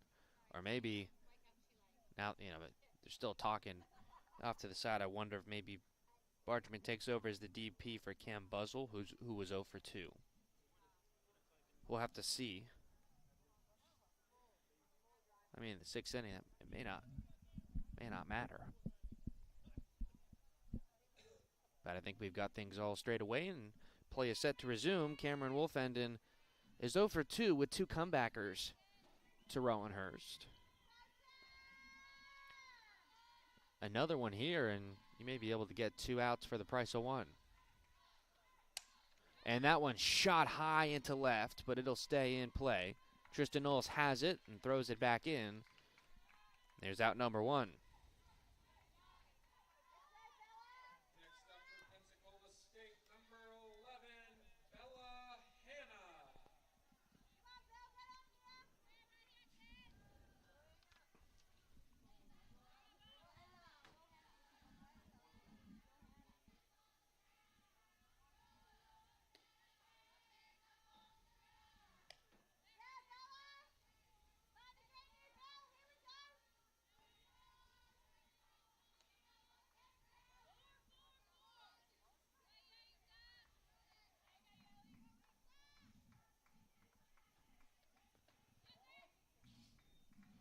2-0 quickly to Bella Hanna. The left fielder is 0 for 2 with a couple of ground balls. When you look at the 7, 8, 9 hitters, Wolfenden is now 0 for 3. Hanna's 0 for 2 with a couple of ground balls, as is Gross. 7, 8, 9 hitters where she's done most of the damage. There's a bunt, but it's going to go foul.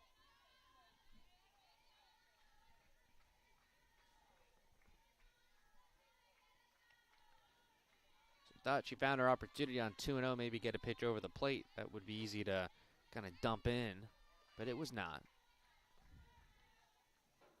Or at least couldn't keep it out in front. 2 balls, 1 strike. Righty on lefty matchup. And there's a strike call.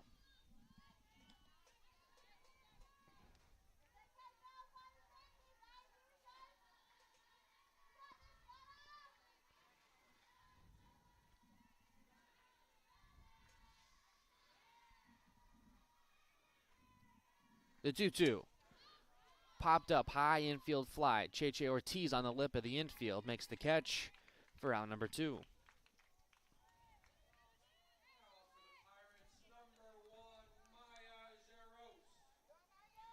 Maya Jaros 0 for 2 with a couple of ground balls to short.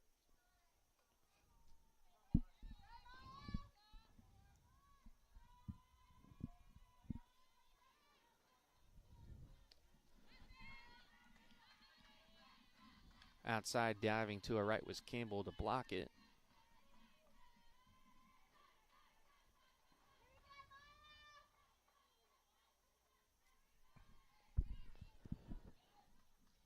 Now the 1-0. Breaking ball missed high. It's 2 balls, no strikes.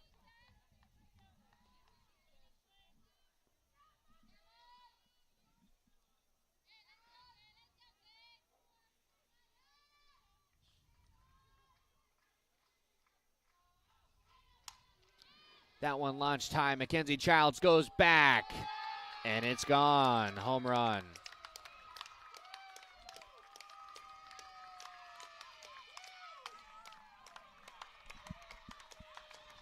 The 9-hitter Jaros strikes again. She had a home run in game 1 out of the 9th spot, and here she pulls it off once again. Her 3rd home run of the year. The one in game 1 that was in the 6th came to lead off the inning. This one came with 2 outs and a dagger, potentially. A little early to say something like that. They faced a 3-run deficit in game 1. They'll face the same here.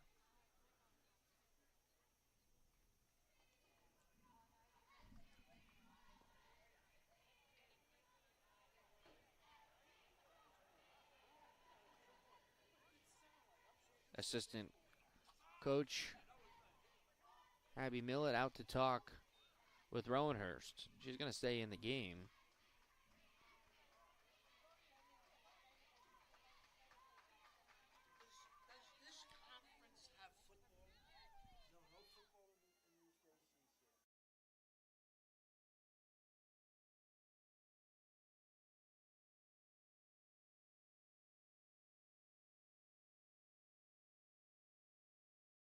So after the 2-run homer from Garros, it'll be leadoff hitter Tori Radigan. His lineup goes back to the top. First one from Rowanhurst misses high.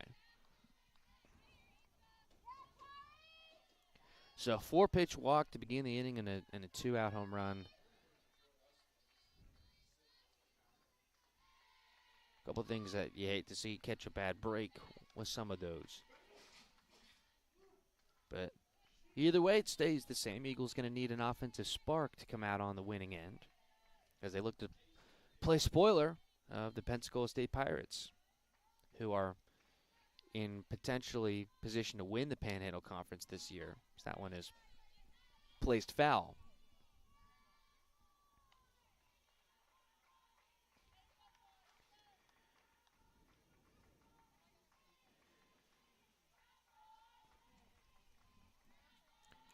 Radigan today, 2 for 3. Reach base via an error. Drops that bunt right in front. Ellie Campbell will go to first, but not in time. These are some really speedy base runners the Pirates have to work with. I mean, they're just dropping bunts right in front of the dish, and they're safe at first base. Tough plays for the Eagles to defend, and there's another runner on with 2 outs. So her third hit in game 2.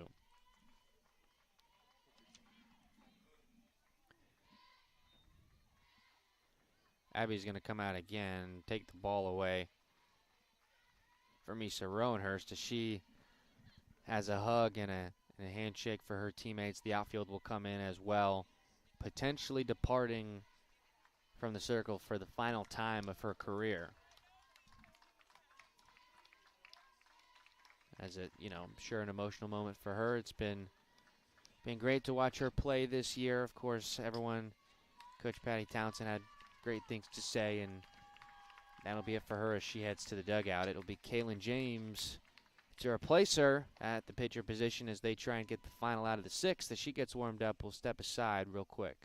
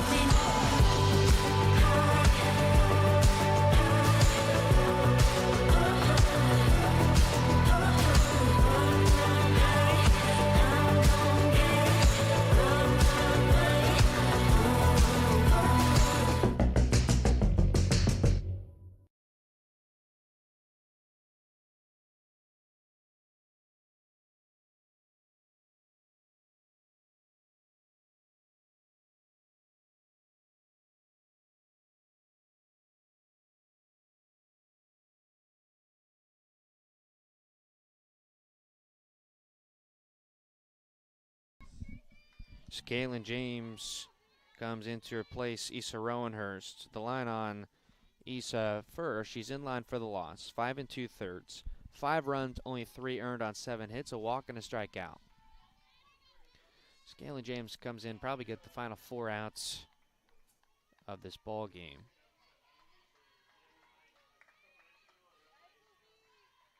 Kaylin James this year, 5 2 with a 4.43 earned on average. That one shot foul down the left side.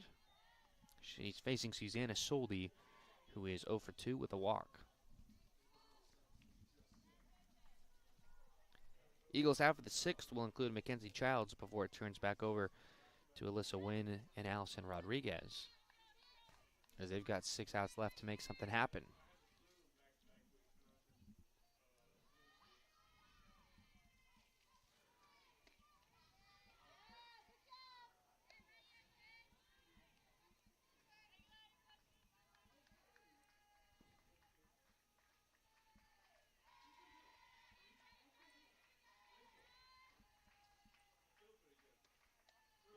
That one fouled off the end of the bat. No, it missed the bat completely, and so that will allow Radigan to get down to second.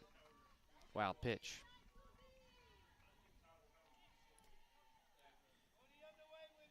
Third wild pitch from Eagles pitching in game 2.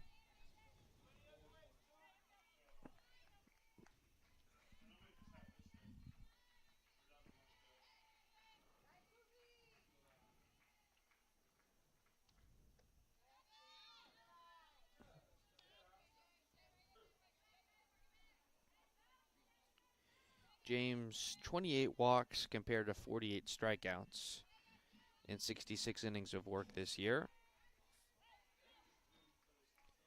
So average is about half a walk per inning. That one chopped to Ortiz. High throw to first, but nicely played by the first baseman, Michael, and that will retire the side. A two-out, two-run homer from Meyer Garros at the bottom of the order extends the Pirates' lead to 5-2. Issa Rowenhurst departed for maybe the final time of her career, and so the Eagles have 6 outs left to come back in their home finale. Community College presents Rock the Roost, starring Luke Bryan. Yeah, that's my kind of night. Luke Bryan. It goes live Saturday, July 23rd on campus at TCC with special guest There was this girl, Riley Green. drink in her hand. Shoot me and let's get into trouble, grin. Tickets are on sale now at rocktheroosttcc.com. Luke Bryan, live, produced by Tallahassee Community College and Adams Entertainment.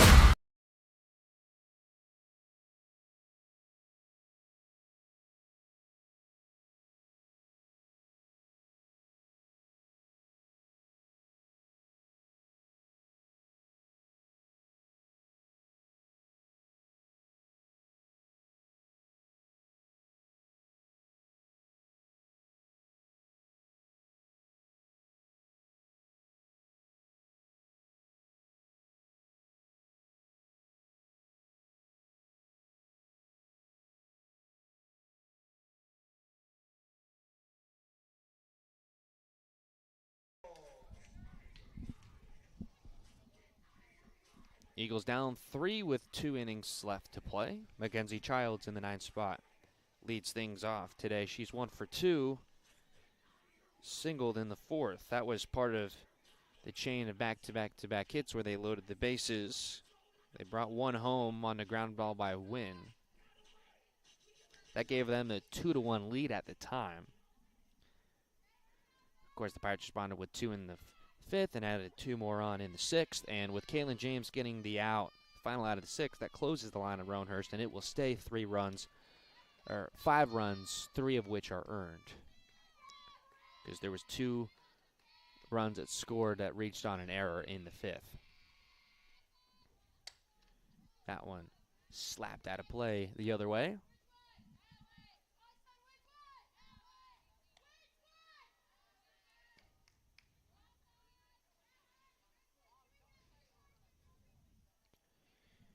TCC looking for some juice here in the late stages.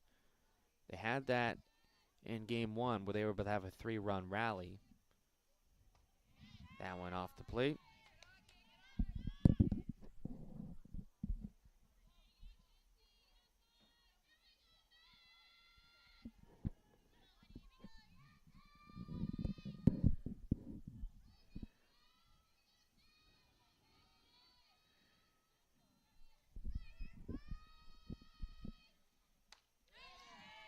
Big swing and a miss.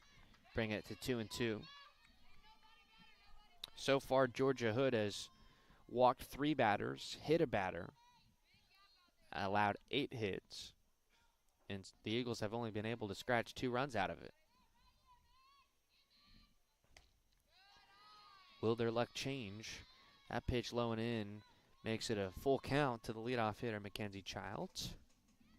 Alyssa Wynn on deck to follow, and what might be, we don't know, the final at-bat of her career, certainly, or probably the final at-bat here of her career. There's 2 games left at Pensacola State.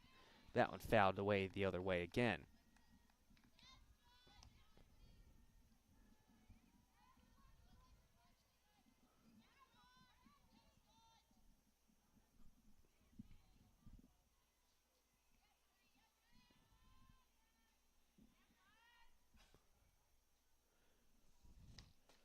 Breaking ball up and in. Leadoff walk for Mackenzie Childs.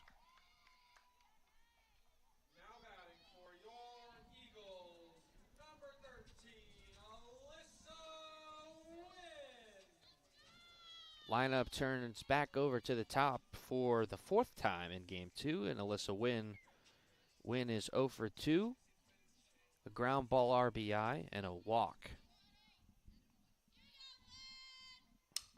And puts that one in the air. Bounces right in front of Wolfenden, and she's got nowhere to go.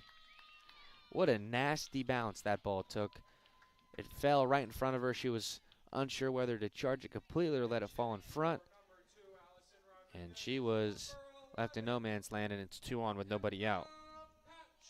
So Alyssa Wynn legs out what we'll call an infield single. And Emma Patry will be pinch hitting for Allison Rodriguez. Interested to see what they do with defense.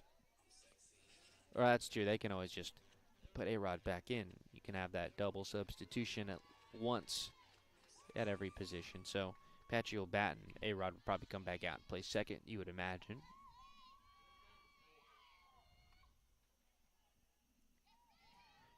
A-Rod at the plate went 0 for 3 today.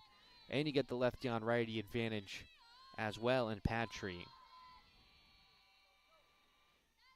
This season in 27 at-bats, she's hitting .111.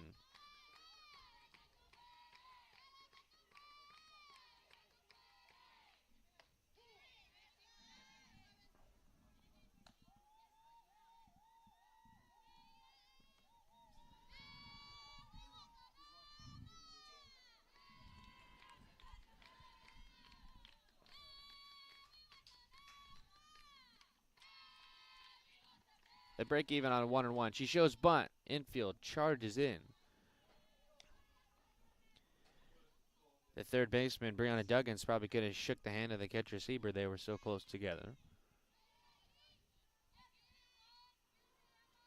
2 balls and a strike to Emma Patry now. Ellie Campbell awaiting on deck. She's reached base a couple times. Puts down the bunt again. 3 Pirates converge. They get the out at first, but it's successful in moving the runners over. So the first sacrifice hit of the year for Patry.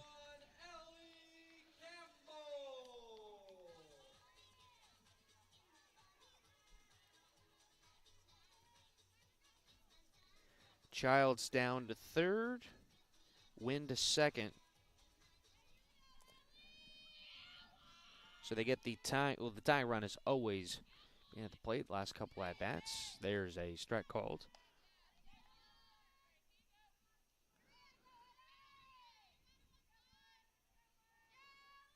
So nothing changes except the fact that a base hit makes it a 5-4 game. Brings you a little bit closer. Swing and a miss popped out of the glove of Sieber. Ellie Campbell today 1 for 2 with a walk. Reached base 2 out of 3 times.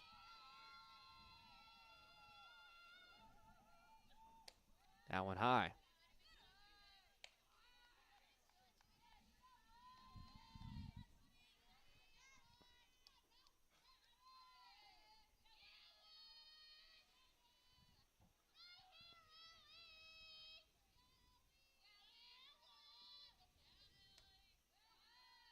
High again, and it's 2 balls and 2 strikes.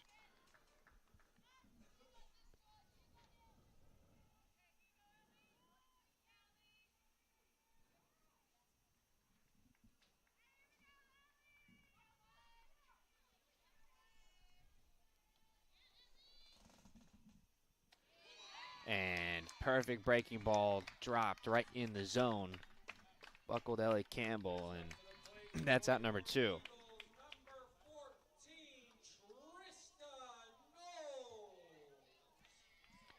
Tristan Knowles has reached base all 3 times. 2 hits and a hit by pitch. The lefty on righty advantage once again in play. Because she is the tying run, she has 1 home run this year, batting .154. Big swing and a miss to open the at-bat.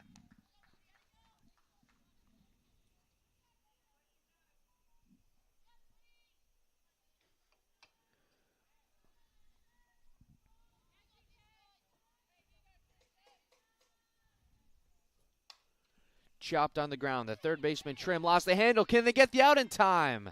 And they do. Scrambling, it was Wolfenden over there covering the bag, and so the Eagles get the first 2 runners of the 6th on base. They ended up getting the tying run to the plate, but can't do anything with it. They had a sac bunt to move the runners over, but that's it. They've got 3 outs left to work with. Score is still 5-2. 1 inning left to play in this home schedule.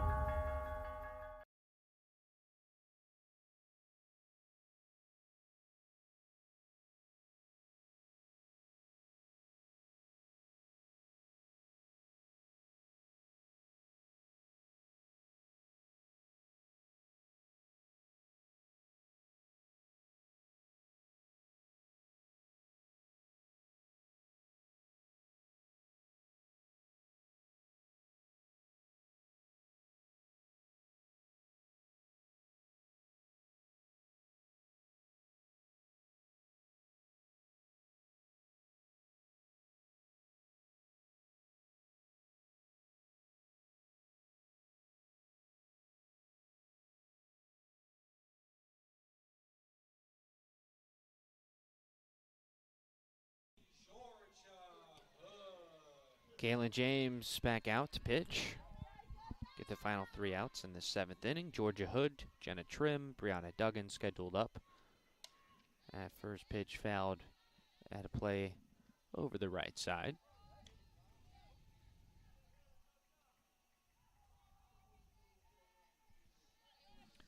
To this point for Pensacola State, 5 runs on 7 hits. For Tallahassee, it's 2 runs on 9 hits, 2 errors.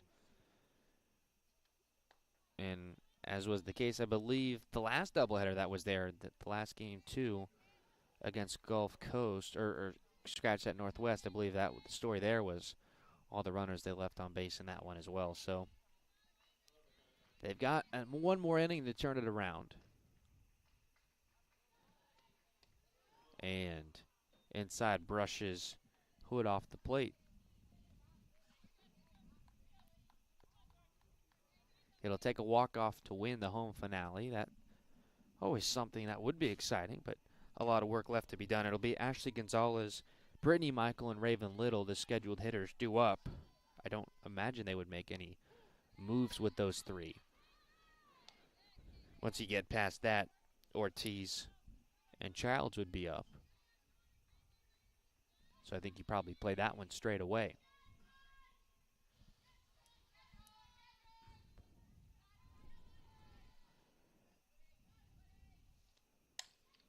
That one grounded to the left side. Little got it from her knees, makes the throw, not in time. Infield hit for Georgia Hood.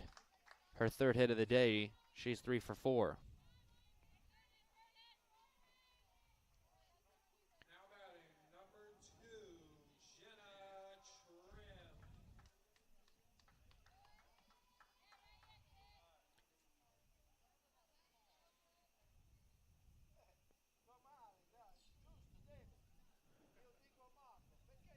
Pitch running on first base for Georgia Hood is number 13, Maddie Coons. So they are going to pinch run for Georgia Hood.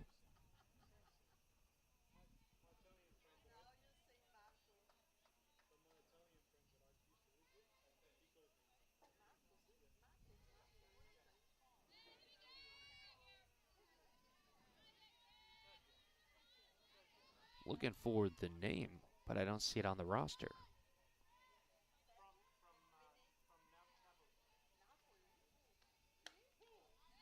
First pitch called a strike.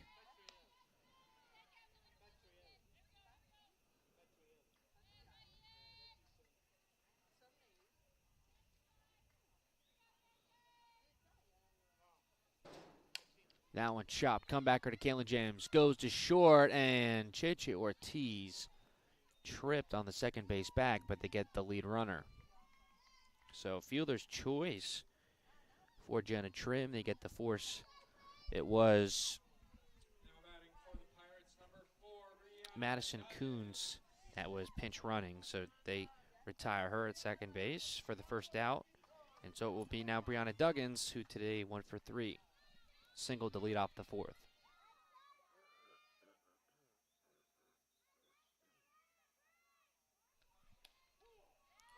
First pitch in to Duggins, called to strike.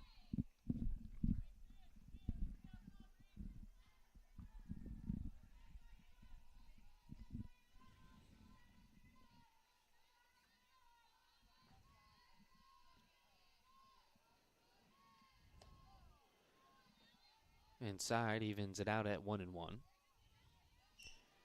So that one, count that the 6th comebacker to the pitcher for TCC in the second game alone. Don't see that very often. Swinging away, gets it through the left side of the infield and through for a hit. Runners now at first and second with 1 out. Duggins now 2 for 4 in game 2. Pitch hitting for number 22, Cam Gazelle, is number 21, Kelsey Bargman. So Bargman did end up taking over for Buzzle as the DP after she pinch ran in the 6th. And fouls that one back.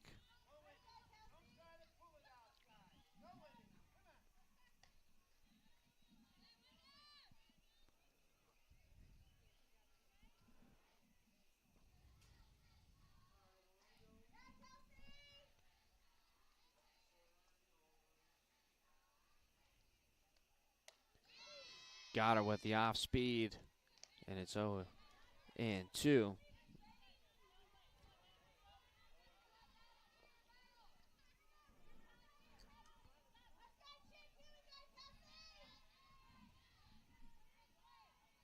Trim at second, Duggins at first, and they get the strikeout of Bargman right there.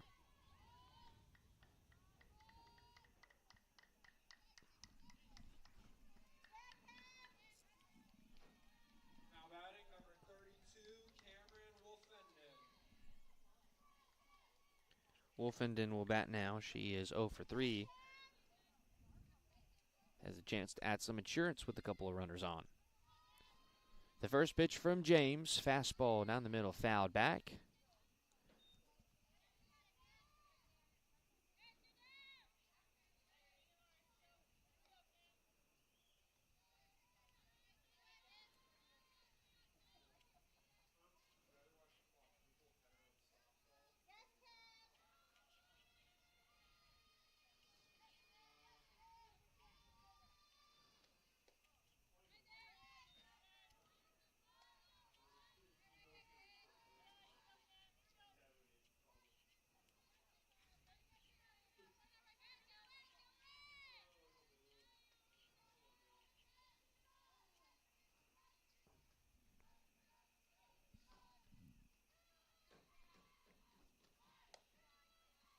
That one misses away, 2-1.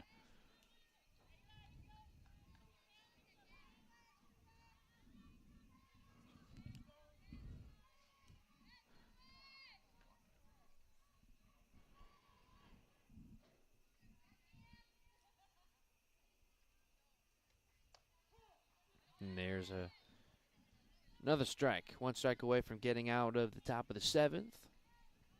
Again, Gonzalez, Michael Little, the hitters due up.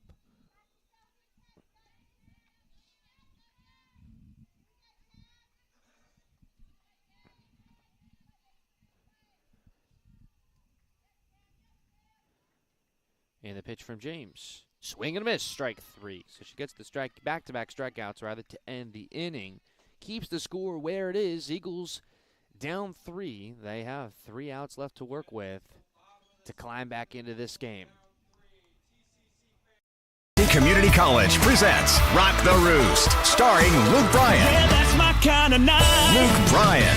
goes Live, Saturday, July 23rd, on campus at TCC, with special guest There was this girl, Riley Green. drink in her hand.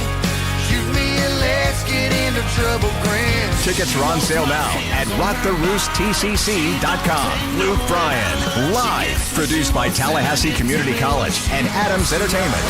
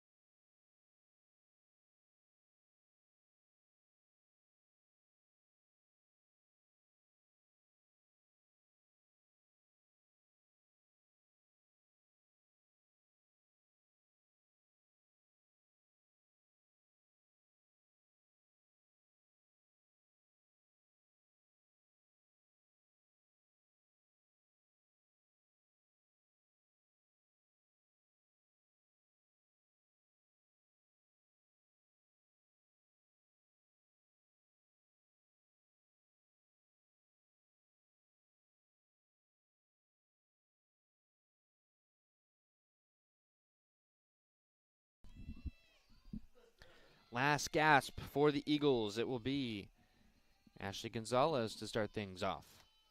Big wave and a miss to open the half inning. Georgia Hood stays back on to try and close this game out. This is a huge game with ramifications for Pensacola State, as they are definitely in play in trying to win the Panhandle Conference. TCC will play them on Sunday in Pensacola. Breaking ball drops in for strike two. She's gone the distance thus far. For TCC was Rowan Hurst for 5 2/3. Kaylin James for an inning and a third. 5-2 your score. And a swing and a miss, strike three. As she is out on strikes for her second consecutive at-bat. And one away now for Brittany Michael. She's had a nice day today, 2 for 3 with a double.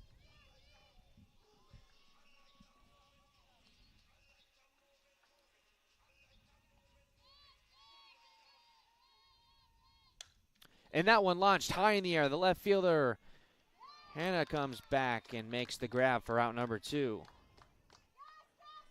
And now the Eagles down to their final out of this game.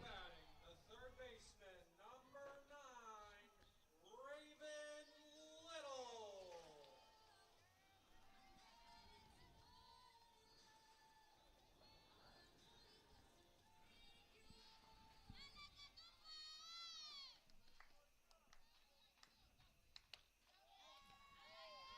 First pitch to Raven Little off the plate. Little today, 1 for 3.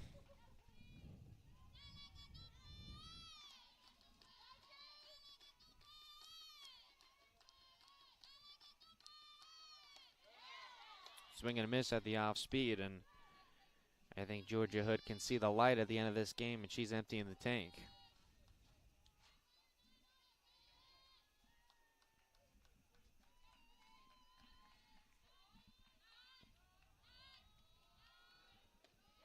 Another cut and miss, and now just like that, the Eagles down to their final strike of the game.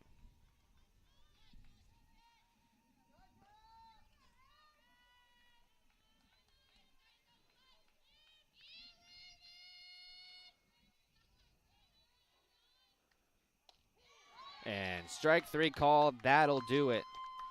Hood strikes out 2 batters in the final inning. The Eagles go down in order 1, 2, 3.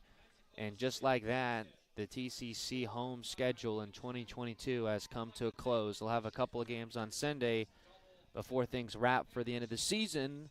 At worst, they finish at 500. They need a 1 win over the next 2 to finish above. They now drop to 22-20, 4-14 in conference play, and a Pensacola State Pirates team that is looking for it all. They improved to 35-9, 12-6 in Panhandle play. Your pitcher decisions getting the win was Georgia Hood. She went 7 innings, allowed 2 runs on 9 hits, walked 3 and hit a batter, but picked up 6 strikeouts over the course of the game as as she really heated up as the game went on. She is now 11-2 on the season, and getting the loss and maybe her last time taking the mound ever in her career. Issa Rowenhurst, 5 2/3, 5 runs, only 3 earned on 7 hits, 1 walk and 1 strikeout to close things out for her, and now her record on the season is 2-1.